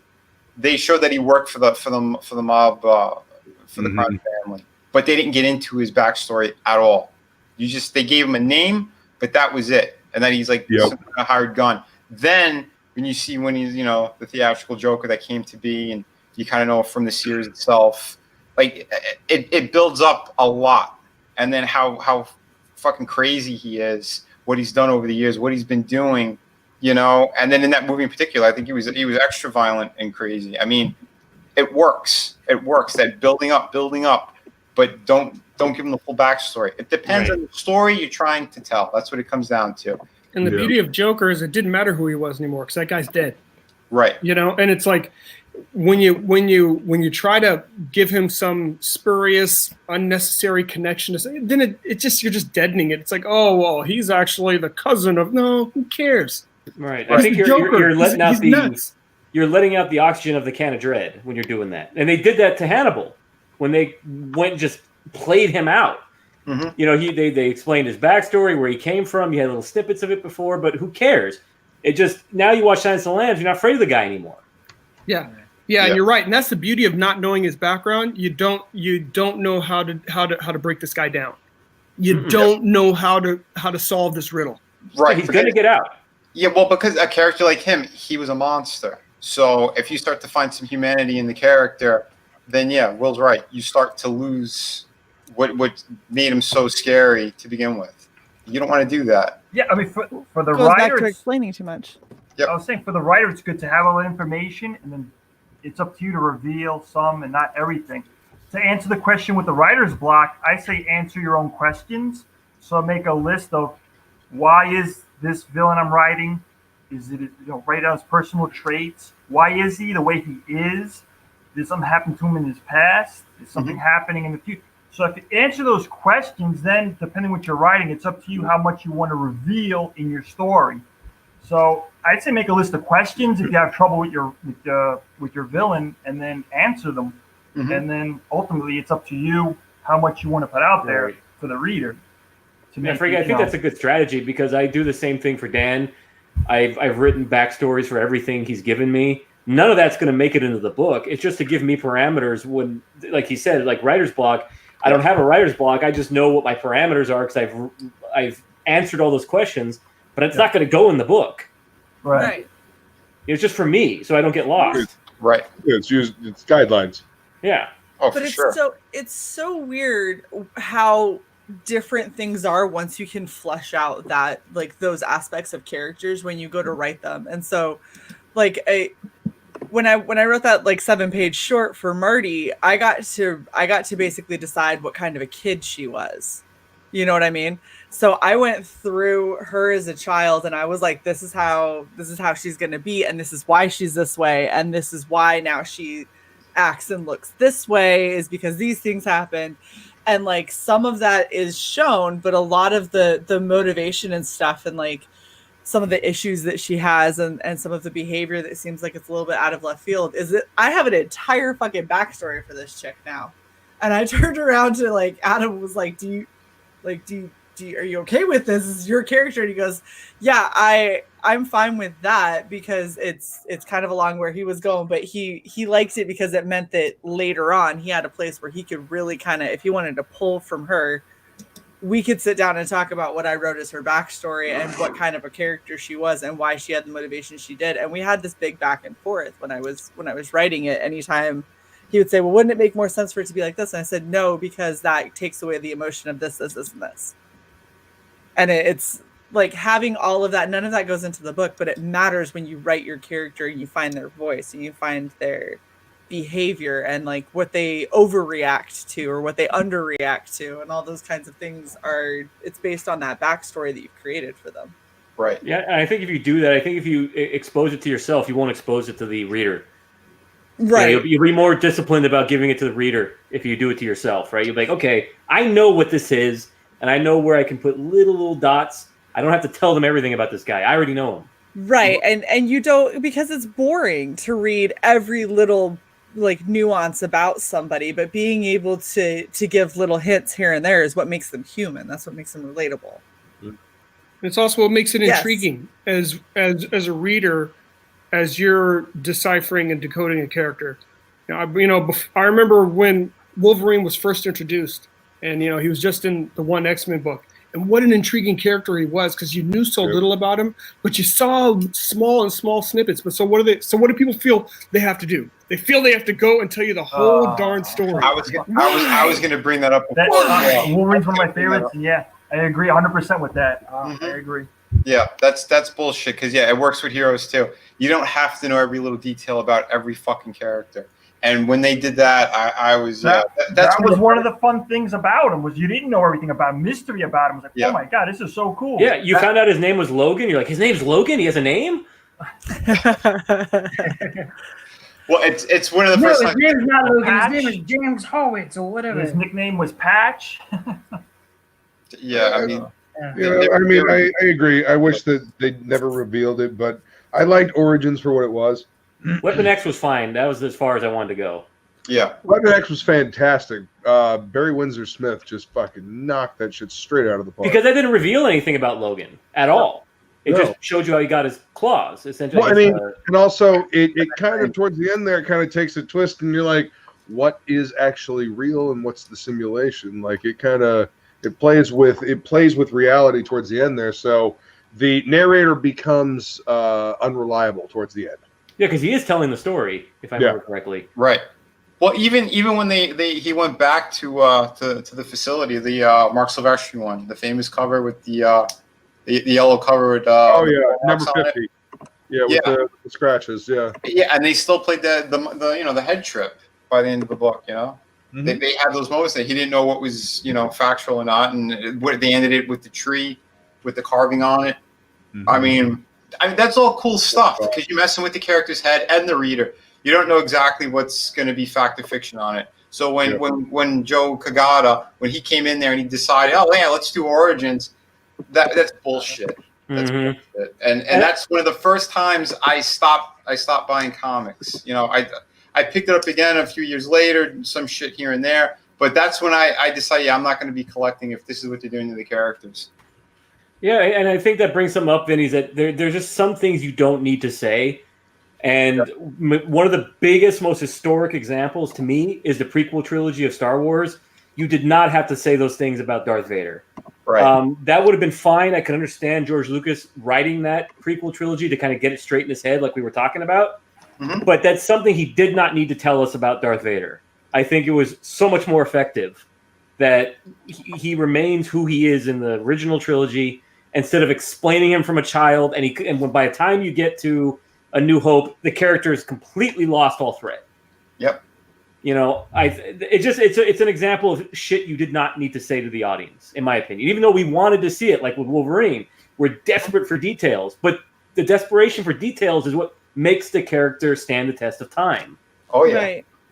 Exactly. And I think Darth Vader was one of my favorite villains. And apart from the prequels, he's still one of my favorite villains. Yeah, me too. And you do, but you understand what I mean. But we did not need to know that stuff. Does that make sense? Yeah. Yeah. Absolutely. It's cooler when you just hear again if it's other characters in the story that are talking about it, like that he killed all those Padawans, right? And they didn't show it, but you knew what was happening at the moment. But at the same time, like some of that stuff, if you could pepper it into a story like that, that's fine. But yeah, like you said, going from a child up until that point was ridiculous. I mean, I think it's more effective when Ben says he betrayed and murdered your father. Yeah. And all the Jedi Order and helped the Empire hunt down and kill all the Jedi. Bam! That's all I need to know. Because I'm titillated. I'm going to be thinking about how this happened. Right. And then you see it happen, you're like, meh. And you can actually pull that off. I mean, one of the series I loved back in the day was the Robert B. Parker books with Spencer and Hawk. Man, I love those books. Those were great books. And the thing was like in the shop. Okay. And the thing was like they only revealed what you needed to know about those characters. They never did the let's do a vomit their past, their whole past. It's what kept the characters mysterious. And things would come up from their past and you'd learn a little bit more about them. So obviously Robert B. Parker had a full, gamut. He knew what these characters were, who they were, and where they were coming from. But he didn't just throw it up on you, And as a result, I read a lot of those books because they were fun. You know, and you're still learning about the characters, but you're learning about it in a way that was organic. Mm-hmm. Yeah. I think those little drops of titillating details are galaxies worth in a person's head when they're reading them. Right. You know. Yeah. For sure. Well, I think that when you're writing a really good story, that's when you have people that are, you know, able to have like long-winded discussions about, you know, and debates on what they think a motivation for a character is, or, you know, this or that, and you bring in all those little pieces that you remember and your interpretation of them. That's what makes the universe and the characters feel so alive and feel so real. And when you start explaining all of it, it shuts down conversation entirely. And so it kind of turns into you should reveal about your characters what is necessary in order for the story to make sense, but not every single aspect of them. Right. Like, what do you have to say in order for your story to not sound like you are just completely out of left field and making random connections where there aren't any? And then the rest of it, who cares if every character if every person who reads it knows that your specific character was a foster child, and when they said that they had a rough past, that's what they meant, is that they were just going from house to house. What if they were a runaway? What if they were abandoned? Like, does it matter? Does it actually matter that they have to know that they're a foster kid? Yeah, and influence the story you're telling right now. Exactly. Yeah. And see, you know what? I'm sorry. Go ahead. It's all right. No, go ahead. Mine's gonna be the whole like revealing backstories. Because I keep seeing like Batman in the chats. Dark Knight, the Joker, Heath Ledger. You know, what's his backstory? He kept changing it because in truth, it didn't fucking matter. No, like he was who he was. Mystery is more fun. And it made him more ephemeral, right? That he was like something elemental, not human. Yeah. Oh, absolutely. And see, I was going to say something too about the Joker. Going back for a minute, it's also the psychology of the characters for sure. I don't know if you guys are into video games too, but I think the Batman Arkham Origins, they handled the Joker and Harley, I think, better than anyone else has. Because the way that they did it, so like the first real encounter Batman gets with the Joker in that game, he leaps off of a building to catch him as he's falling, and the Joker's laughing in his face, still trying to shoot at him, still trying to kill Batman as he's diving to catch him. Right? He gets him, and in the end, that's like he had this connection with Batman, and he's like almost like infatuated with him as they're pulling him in. So then when you see Dr. Quinzel talking to him, the way that they did it with the psychology of the characters is he's talking about Batman, but she's hearing the infatuation is when they met. She's hearing the Dr. Quinzel Joker connection that's happening, but he's actually talking about Batman. Not her. Yeah, not her. And she thinks it is. And then like that's where her love starts to build. Like I thought that was genius. That's something that I haven't seen before, like in like a a retelling of like the Joker kind of thing with Harley. But what I'm saying is you also see more of who the Joker is and what's kind of motivating him now, and it's not what you think it is, and it's the play between all the characters. That's what's intriguing. I mean, that's what people enjoy. Well, and specifically with that you're talking about, I think one of the things that's kind of interesting is the way that it kind of happened with Joker is he starts talking about this stuff, and it's almost like he's lost in his own reliving of the moment. Right. Like people get when you're recalling something that is heavy emotion or traumatic or whatever. And so he's over here lost in the moment. And it's like there's like this little spark moment where he realizes what's happening with her and he goes, "Oh, I could use this to my advantage." Like, exactly. That's okay. Like, yeah, I'll just continue to keep it ambiguous, and you're gonna continue to draw conclusions where there are none. And I haven't said a damn fucking thing about that. And so in all honesty, you going down this path is you fucking yourself up, and I haven't actually done anything. Yep. But I'm just not going to correct you. Right. And that's kind of one of those like where he almost walks into a perfect moment, and then he just goes, "Oh well, don't look a gift horse in the mouth." Like exactly. She's already here. Let's just go with it. It's crazy, but it's not a fool. Exactly. You see how he takes advantage of the situation, and how he isn't. Which is something that I think that they don't look at enough with Joker is that because everybody acts like Joker always has every single move of every single thing he does so perfectly planned out. He is a very advantageous character. There's a lot of times where things don't quite go to plan, and he's like, I can work with that. That's fine. Just like totally. Sure. Ultimate improv king. Exactly. He was fired from Who's Line anyway. That's his new work. He got pissed off and he just went rampaging. Oh, Right? Good show. Well, that's why I love how Paul Dini writes him and how he's written him in the series. Paul Dini's fucking great, dude. Yeah, dude, he's a master of that because it happens so many times, right? You know, He understands the characters really well. Absolutely, because he can get into the head of all of them, and it makes sense. Like what he did, like with Mr. Freeze, making that whole, you know, that tragic story, but he told it in a way that, you know, he never sees himself as the villain, and in most cases, the villains don't see themselves that way, right? But you did feel for him, but at the same time, he is this amazing fucking character. It's not a throwaway. When you do find out about his backstory, it makes him even more intriguing. So, like I said, it depends on the character and the story you're trying to tell. Mm-hmm. Absolutely. You heading out, Justin? I am. 5 a.m. is like 5 hours away. So that is true. You're out in a bit here because you know I also have. Yeah. I'm having. Y'all have a great one. Continue on.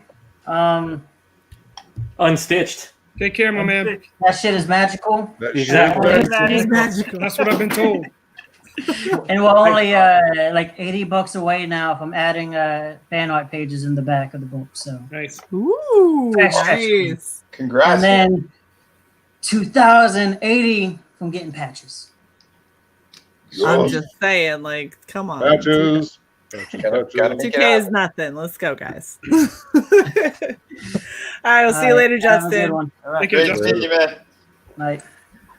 You know, Shay, whenever I excuse myself to use the restroom, I'm always tempted to take the microphone with me and like Leslie Nielsen in The Naked Gun. Just right when you guys are in the middle of having this discussion, you just hear this long ass piss with me like singing, like, oh, and then you just like hear the, you hear the stream going. I'm always tempted, but I don't got the. And a couple of farts. You got to throw a couple of farts. See, that's the thing is I had my response, and then the more you started talking about it, the more I started remembering that scene, the less my responses were going to work. Because I was like, no, I'd probably let that go because it'd be funny. Well, you got to do the mayor where she's like, like doing that face. Cause he's dripping, and then he keeps going into another stream. Yeah.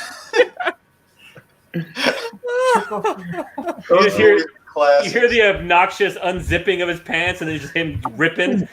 Like, what kind of zipper is on that crotch that it is that fucking loud? That is industrial. It's industrial. Good shit. It is a big ass. It's like down to his knee too, with as far as he's unzipping it. Like, what the hell? Oh shit. Oh my goodness. Leslie Nielsen, master of the absurd. Who's forever been the same age since I was a kid up until he died because there's white hair. Yep. He like never aged. No, never he aged. always look the same. Dude. Yeah, every one of his movies were fucking hilarious. Even if they were kind of crappy ones, they were just, you had to watch him because he was just so good in them. Well, that's the thing is like I went back and watched some of them and I was like getting frustrated because I didn't remember the story being so stupid. But then every time he got on screen, I was like, I don't care anymore. And then he would disappear and it would be like other characters are supposed to move the story along. And I'm like, this is so dumb. Go away. Hey, he played a villain. He's played villains. Yeah, I was about to say. Dracula, dead and loving it. No. I've seen him. I can't think of it. I've seen him in noir films. Really he had black hair. I've seen him in noir films. Really? And he played a convincing villain. I can't think of the title right now because I watched Turner Classic. I've seen him play villains, and he's pretty convincing. Mm-hmm. Until he got pigeonholed. He had jet black hair though. Speaking of funny people playing villains, I mean, how about Robin Williams in 1 Hour Photo? Oh yeah, like that's fucking creepy as shit. Or in Insomnia, yeah, that man can play a really good villain. Yeah, Chino was in that, right? Yep. But Yeah, I saw both of those. And he also played Mork. He also Yes. played for- Yes, he did. Nanu. It didn't, but it didn't work for Eddie Murphy in Vampire in Brooklyn, unfortunately. Yeah, that Well, didn't work. He wasn't drinking wine and eating chicken.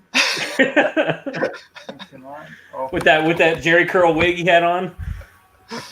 But I want to go back to something we were talking about earlier. When we were talking about the reasons for why villains do what they do, and I think sometimes brevity and lack of reason can be very creepy. Like what comes to mind, there was a film called 8mm with Nick Cage. You guys seen that one? Yeah. Where, I know of it, but yeah, I never saw it. Right, well, I saw it, but it's forever ago. Nick Cage is hired essentially by a rich industrialist widow, and she finds a snuff film in her husband's effects and says, "I want you to verify if this film is real because I don't want to know if my husband. I want to know if my husband had a girl killed, basically." And at the end of the film, he's kind of asking the question we're all asking: why would this guy want a film of a girl being murdered, a little girl? And the lawyer for the guy goes, "You want to know? Because he could." And we all knew that, but it's just such a very nihilistic, creepy thing because it was very blunt. Yeah, it's very blunt. It's because he could. Mm-hmm. Sometimes that's all the motivation you need. Yeah, and that makes it truly despicable villain usually. Mm-hmm. Yeah, because it makes sense because everyone knows like those ultra rich and elite people, they do have a lot of dark sides and a lot of secrets that they could hide. And I mean, like shit like Epstein that's been popping up all over the place. Mm-hmm. I mean, you know it. You fucking know it. Or, there might be rumblings here and there, but when facts, hit, it's like, oh yeah, I'm not surprised. It's super fucking disturbing. It's creepy as shit, but not surprised.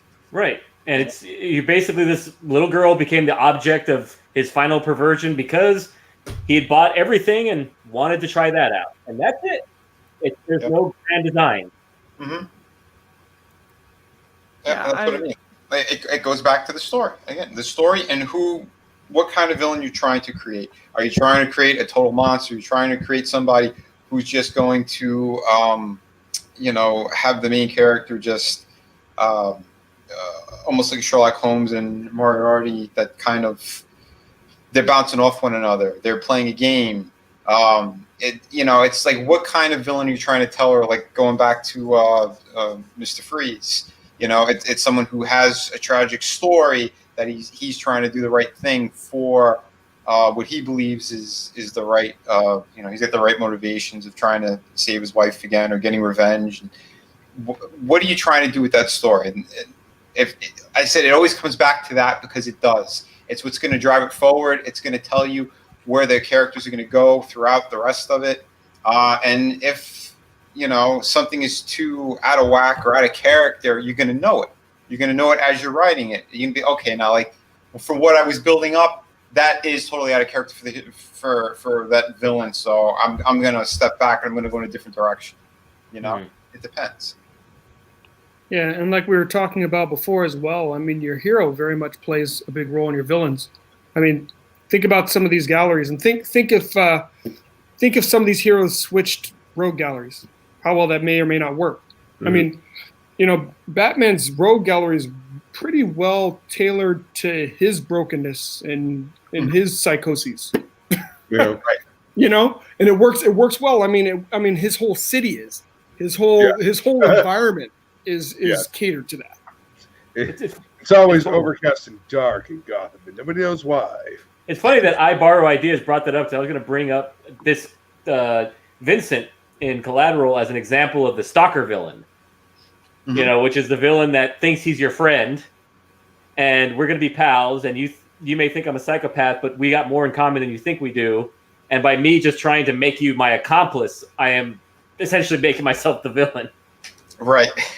And he takes Jamie Foxx hostage. He says, "Hey man, we're in this together." And he's like, "No, motherfucker, you got a gun to my head. We're not friends." It's like, whoa.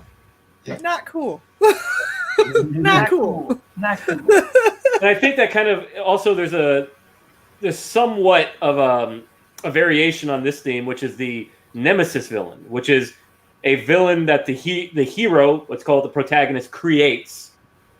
Yeah. Right, that wasn't there to begin with. And a good example from a movie, in my opinion, is Fatal Attraction, right? where you have Michael Douglas. He has an affair. He messes around with Glenn Close. He gets her pregnant, and he creates a monster out of her through his bad behavior, essentially his hamartia, right? He creates Nemesis in the form of this agent, which is this woman that's pregnant with his child, and is saying, "Hey, man, you're not gonna dump me, and I'm gonna not stop until I get what I want," which is basically to kill you. Yeah. Yep. I mean, because we haven't really talked about, right, the hero making the villain. Yeah, that's definitely true, man. Shit, they played upon that in '89 Batman as well with the Joker. If he didn't drop him into the vat, like, you know, but then Batman was like, well, I don't know, you're still fucked up. Yeah, you made me first. You know, so perhaps that's a good way to look at it, is the hero creating the villain. Right. Absolutely. Or would push that character over the edge. It's sometimes it is the hero for sure. And then that's why their bond is what it is. Mm-hmm. So yeah, like I said, again, it's the story. It's what you're trying to do, man. It's what direction you're going, what kind of tale you want to tell.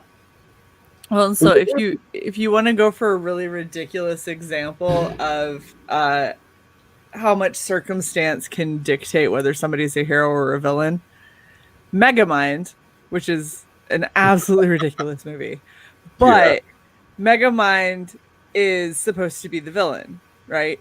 He's supposed to be a bad guy, but he's only a bad guy for as long as the good guy is around. When the good guy retires, Megamind is just a sad person, and so he goes out to create a new good guy and ends up giving a whole bunch of power and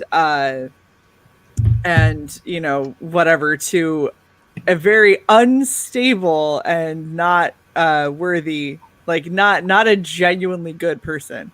Mm-hmm. And he ends up being so horribly bad that he's worse than anything Megamind would have ever done as a villain. And now Megamind has to be a good guy in order to, you know, not die, or let everyone else die. Yep. Oh shit.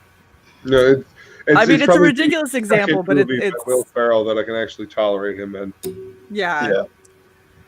But it's probably because you don't have to look at his face; you just have to hear him. Yes, that is a big help. And by the way, the Terminator is a good example of the hero creating the villain. It's the Frankenstein story, right? Which is the protagonist creating his own villain. Yeah. I mean, all those machines rising against their creators' stories are basically the the hubris, like they said, of the protagonist generating the villain. Exactly. Yeah. Yeah. That's a great one that they brought up for sure. And then, you know, even what they ended up doing with the characters too, and then you make, you know, then they try to flip it. The villain then becomes the hero. Well, you know, in T2 or whatnot. Mm-hmm. But it's definitely that. Yeah, it is the Frankenstein kind of recipe. You know, man creates monster kills. Mm-hmm.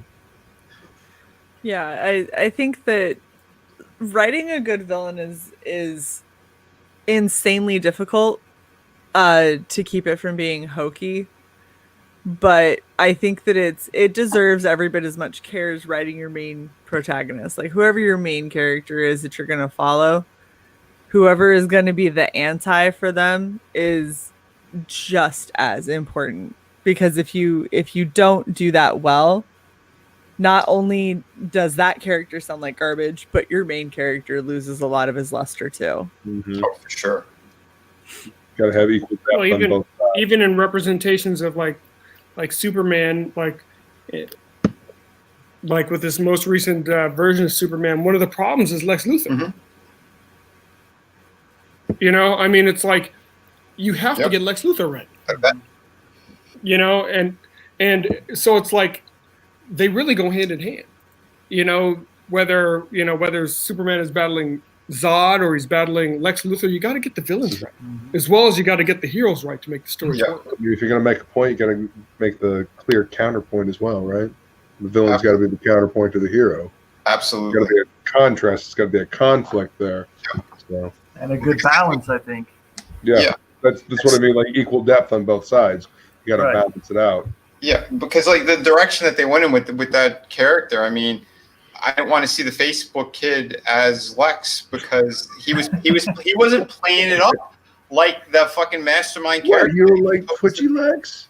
No, I don't like it. It made no goddamn sense when I'm watching that movie. I'm like, why is he doing what he's doing? How he's playing it up? Because even if like the kind of plan he was trying to make, it still didn't really make all that much sense, and it doesn't sound like something that Lex would have really done. He looks so fucking weird with that skull cap on in the next one too. Oh God, they just have to recast entirely. Yeah, I just loathe Jesse Eisenberg to begin with his glib chatter. Yep, he's that kid. The only thing I liked him in was Zombieland. That's it. Yeah, because he wasn't the leading man, right? There were like now they're trying to make all these douchebags leading man, like Seth, whatever it's Seth that the one from 4 Year Virgin. Rogen. Yeah, I'm like, why is any of these guys leading men? They're like, Rogan, right? Yeah, the fucking pothead. Yeah, it's like that very John Wayne of you guys. Yeah, it's so stupid. I just don't get like the whole leading man formula now. I get Henry Cavill, right? He looks like a leading man. Looks like John Gavin, from Spartacus. You know what I mean? Like 20 feet tall, chiseled out of marble. I get it, but I don't get fucking Seth Rogen, looking like he's made out of putty. Yeah, nobody gets it. It's funny, dude. Right? I don't know who they're appealing to, but Yeah, look at Green Hornet. I think that says enough. Jay was first in line. She was like, "Ooh, Seth Rogen, I'm there." Oh God! What? No, listen. I liked Pineapple Express. I thought that was fun. It's stoner action comedy. Because that's it. It's a stoner movie. It's something that you would see somebody like him as the lead. It makes sense. To see him in a heroic light doesn't make sense. Yeah. It's the same thing for Shia LaBeouf when they tried with him. Yeah. It's like he's like 3 feet tall. Yeah. Just do not come across as heroic. It's when they had him as Indy's son, I was like, Indy and Miriam didn't make that. Come on. Didn't make that. Come on. like that. That's an adopted child if ever I saw one. He was a preemie baby. That's why Harrison looks like he's ignoring him the whole movie. Absolutely. He's like, He's like, we're short round. We're short You're not round. my family. Go away. Don't worry, Dr. Jones, I'm Shorty? here. Where's Shorty? Holy shit! I don't know what was the most Retired movie. Was it the swinging through the trees with the monkeys? Was that? Oh my God! I don't know. That might have been the most egregious point for me in that entire movie. That and the flesh-eating ants that they would devour somebody in seconds. Oh shit! I forgot about That that. was really weird. Listen, I've seen it like all of once or twice, and I mean, I liked it. I understood where they were going with it. It's just poor execution. You know, like because the 1940s was like all about the occult and Nazis, right? And then, the 1950s was all space and commies. You know? Well, Frank Darabont, he had a proper script that they didn't go with. Why do people not listen to Frank Darabont? Because they're fucking retarded. Frank fucking Darabont. Yep. Because I think it was in Lucas's case, he didn't want to be outshined since he was getting all that shit from the prequels. Now this is another one of his fucking. He wanted to make sure. Yeah, he didn't want to see. He didn't want to see someone stepping in and doing a better job than him. Oh, for fuck's sake! George, you're a weird dude. I tell you. Like, come on, man. Totally weird. You guys have read those. Speaking of villains, have you read those stenographer records when they're coming up with Raiders of the Lost Ark? No. Where they're talking about like all the weird subversive shit they wanted to put in there. Let's make Marion when he met her 12. Yeah, that'll do it. Oh God. And it was like, oh God, you pricks. That's disturbing as shit. Yeah, it's pretty gross stuff in that stenographer's record. Well, that's Hollywood for you. We wouldn't be talking about this. Yep. Let's get them kitties. Wow. Oh man! Hey man, we've been talking about cuties all over Twitter. Calling these bastards pedophiles like they deserve. Yeah. How about did you guys watch Just Some Guy's video on it? I don't want to watch anything that has anything to do with that. I just hit up Netflix and canceled my subscription. I was like, I never watch your ass anyway. I got Prime. What the hell do I need you for? Until they try to top them, you know, put up something. The Boys has been fantastic. Have you been watching those? No, I haven't watched any of the boys yet. Or if you want to talk villains, season. Yeah, that's a show we should have been talking about. Jay, you got to get on it. I think you'd be. I know. I've been recommended this particular show about like 30 times, so I probably just need to bite the bullet and actually watch it. For sure, I think that's the only place where I really like Seth Rogen. He understands like the comic book world and those kind of stories, and to get them off the ground and tell them in the way that they were meant to be told. My hat goes off to him because he's done it with a number of projects already. I think The Boys is one of the best ones so far. Season 2, there's 4 episodes that dropped, and the progression of a character who was first shown as a hero, that how demented of a villain he is, goes to another level. You have someone who's got pretty much godlike powers, Superman level powers, who could fucking destroy anything, do whatever he wants, you know, and seeing how, again, psychologically how fucked up the character is. It's a cool thing. And then to me, like, the heroes are the boys, who they're representing as villains, you know. Have you ever read the original comics? No, I haven't. They're fucking fantastic. And the Prime series is tame by comparison. Yeah. Just say it. I saw the first season. Carl Urban should get a chance to do Dread again because Dread was fucking great, and it's hell yeah. Well, so speaking of Dread, I think it's the only character I can think of that's both the villain and the hero in the same character in the comics, at least.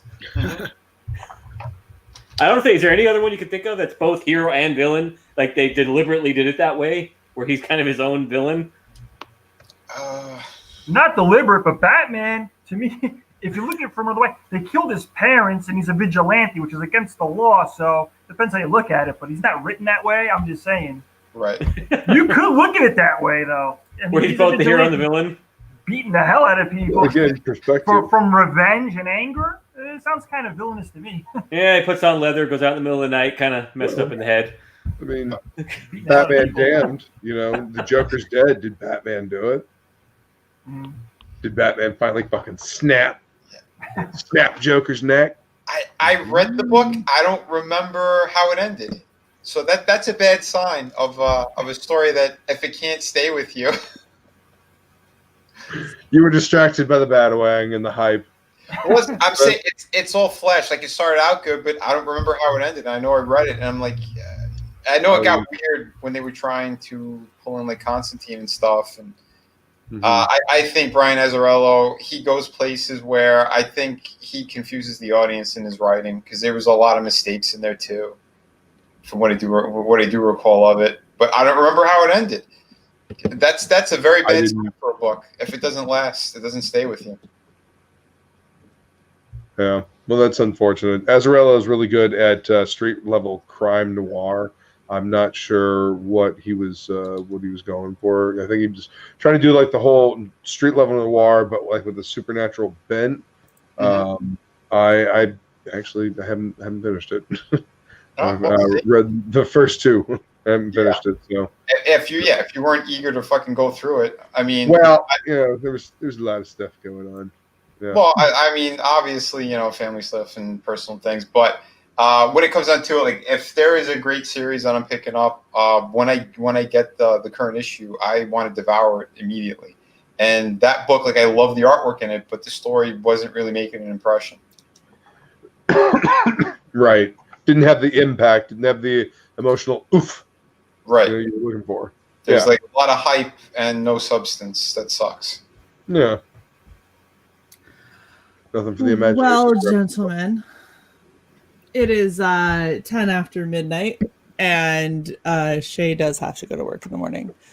So I think that this is probably a good time for us to wrap up. But I want to say before we go around the room, thank you everyone in the chat. There's been a lot of really, really awesome discussion. It's been nice to have everybody back. I know that we took a little bit of a break, but you guys are awesome to all come back and to come back so excited for the topic. Thank you everyone who has been chilling on the panel. You guys are amazing, and I love being able to sit around and bullshit with you guys. So, Where are you assholes? All y'all. Assholes. Let's go ahead and do the rounds. John, you are up. All right, John Hervey. You can find me at Beyond Time Inc. Currently in demand is my graphic novel Black Tiger: Legacy of Fury. 172 pages of comic book fury. I think we have about 22 of the soft covers left, and I think about 10 of the hard covers. And then after that, we're shutting it down in demand. You can get the soft cover for all 172 pages for $25 plus shipping. So that's a great deal. And the artwork is, it's beautiful. Rod Looper's artwork is absolutely gorgeous. So don't miss out. Absolutely. William. Black Flag is in demand. It is moving quickly. As you know, we have our AAT t-shirts. We have the Rob Willis cover in both line art and color. We've unlocked the poster, fully recolored by Matt Yackey. The original number 1 from the 90s. So, and also, if you don't feel like backing, there's plenty of free comics on there and on Dan's Couch Doodles if you want to go on there and get a PDF of the original series. So there's plenty over in the Incredible Comics sector if you guys want to peruse. I'm at Cellafelix3 on Twitter. Thank you. We've got Replicant calling us out. It says, you guys seem sleepy tonight. Will slacking off on the ball breaking. Shay slacking off on kicking Will. I know, we got along tonight. I don't know what to tell you guys. Because it was a fun episode about villains. Yeah, I was distracted. I mean, it wasn't as boring as her show usually is, so I was distracted. There's the kick. There's the kick. There's the kick. Not gonna do it. Frankie, go before I kick him. There was some actually interesting people that I could talk to instead of Shay, and I was distracted. Yeah, okay, all right. I tried so hard. Now it's so official. hard. It's an official live stream. You did it It's an just official so live stream, Will. it pisses me off because it means that I did what you wanted, but Exactly. So we got one in. there's Villainous one. manipulation. And I think everybody is happy that it happened. I just start cutting deep, I don't scratch. I fucking cut to the bone. Yeah, you're just kind of a douche. That's fine. Exactly. Hey, quick shout out to Gabe Gully. Thanks for picking up the hardcover right now, man. Appreciate it. That's my dude. He's one of my regulars, man, at the comic shop. Sir. Yeah, that's my homie. Man, the comic shop near me closed down, man. Golly, So did bro. mine.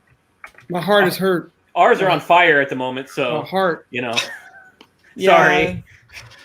Wow. So Will's are on fire. John's closed down. Mine, the owner died, and his son is not interested in comics. So, yeah. Hey, look what Wise Guy said about me and Shay. That's a good one. That actually is a good one. Wait. Oh no! That is good. I like that. That is very good. I didn't Dislike. She didn't like that. No. Frankie, go! Don't let Will talk anymore. Through the I'm Woods happy. is still available. Through the Woods is still available. 98 pages. Murder mystery wrapped up in a ghost story. And Vinny's the artist. He's my brother. Oh yeah, and we're only like a little bit under, like $98 away from hitting 38K on that. Yo.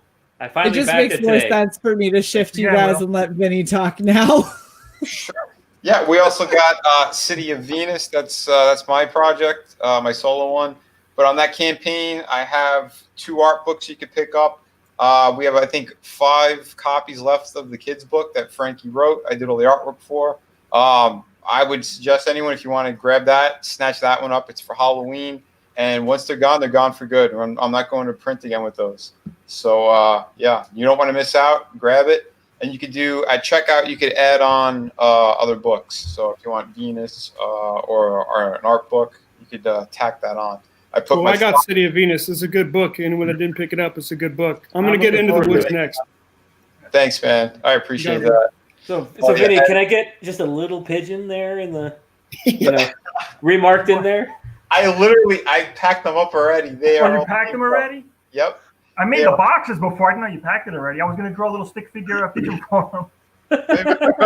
Right, draw it on the box. Draw it on the box form. I'll keep that forever. I'm gonna frame that box. Did you tape it up? Did you tape it up already? Yeah, but you can do it on the back. There's room on it. There's room all over the place. Just untape it. Like, tape is not that expensive. He's like, bullshit. I build that in every box. Shay, you know how I tape. That is true. Actually, package tape is expensive. I have to roll on that. I think that Vinny's is one of the Gemini mailers that when I got, and I was like, oh, I can reuse some of these when I ship out the collections that were given away. Vinny's was one that when I tried to pull the tape off, it took half the Gemini mailer with it, and I was like, nope, it got there safe. There's not a damn person getting in that Gemini mailer, but that Gemini mailer is gonna get fucked up when you're done. And that's the villain. It's the tape. And keep an eye out. I think on Halloween I'm going to launch the sign up page for my pirate book. So a lot of people they've been hungry for that one. That's coming very soon. I'm just trying to get more pages done for it because typically I like to have my projects done before I launch. But this one there's a lot of demand for it, so I might still launch it a little bit early. Ooh, exciting. What was so funny, Will? Oh, I was laughing. The guy said he tapes like he's hanging a dead body, and I kept thinking of Hezbollah when they were like taping up the hostages to get them through the border, and they're putting them in the trucks. Keeps like hanging dead body. That's exactly Gosh. Yeah, I gotta put it up. I gotta put it because we talked about it, but it's too good. Damn ideas. That's just messed up. Sicilians have to learn this kind of stuff. It's part of the criteria. It's part of the criteria. I'm out of lie. You're gonna go bury him because I got no more lie. And by the way, it's also Vinny's birthday, if you guys did not know. So if you want to give Vinny a fantastic birthday gift, go and buy all of the stuff that he and his brother have worked on because you should. Yes. Let's get. I think he's on Venus. He's like $30 away. Oh, sure. Something like that. Yeah, I'll make a sale or two away from hitting 24K on that. But, did you hear what Luke just said? I won't. He wants that on his shirt. Like just this. Just the act. Yeah, with the glow behind it. And then put your logo on the back, just like Chubb did with the proper comics. Small, right? Yeah. Yeah, I got to look into that for sure. I know last time we talked about it, I've just been so busy, I haven't had a chance. Yeah, totally, dude. Just little earbug. Just reminding you. Good idea. Just remind you 500 times. Well, yeah, with the pirate book too. I mean, there's a lot of cool shit. I could definitely like the logos and stuff to put them on a T-shirt would be just epic. Yes. Yeah, I guess there's a lot of shit I need to think about. I want a bleeding axe too, man. I love horror. Yeah. Yeah, it's gonna be awesome. I just want a shirt with a shine box on it. That's all. All right, Luke. I'll give you a shine box. There you go. I am Death Metal Hero. I do the sing along of Doom. Hell yeah. So pop over to the channel, hit the bell for notifications, subscribe, all that good stuff. You can find me on Twitter, Instagram, and their YouTubes.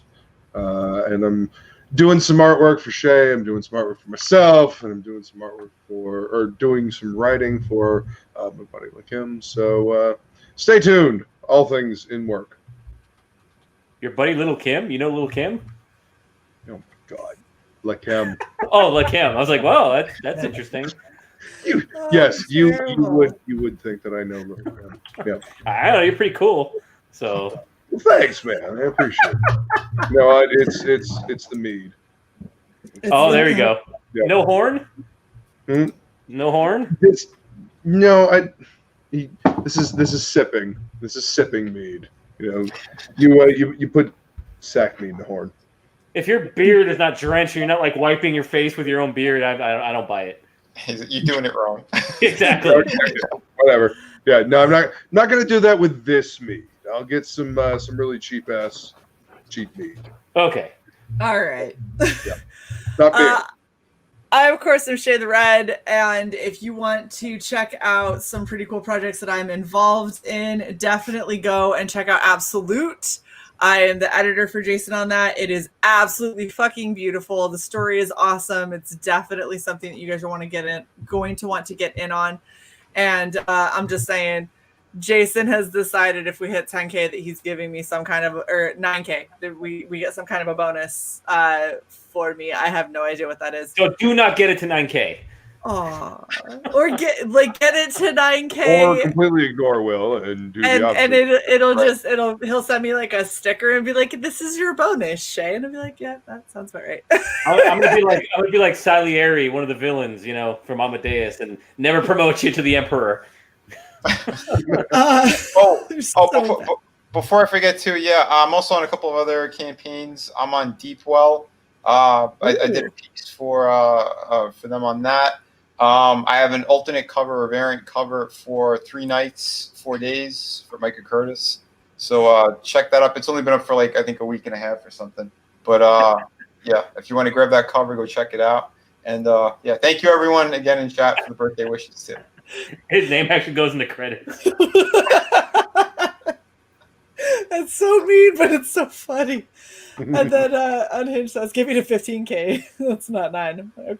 Okay, it's fine. Whatever. I don't need a bonus. It's fine. That reminds me. I have a stream tomorrow evening with Jason. We're doing topicless on my channel.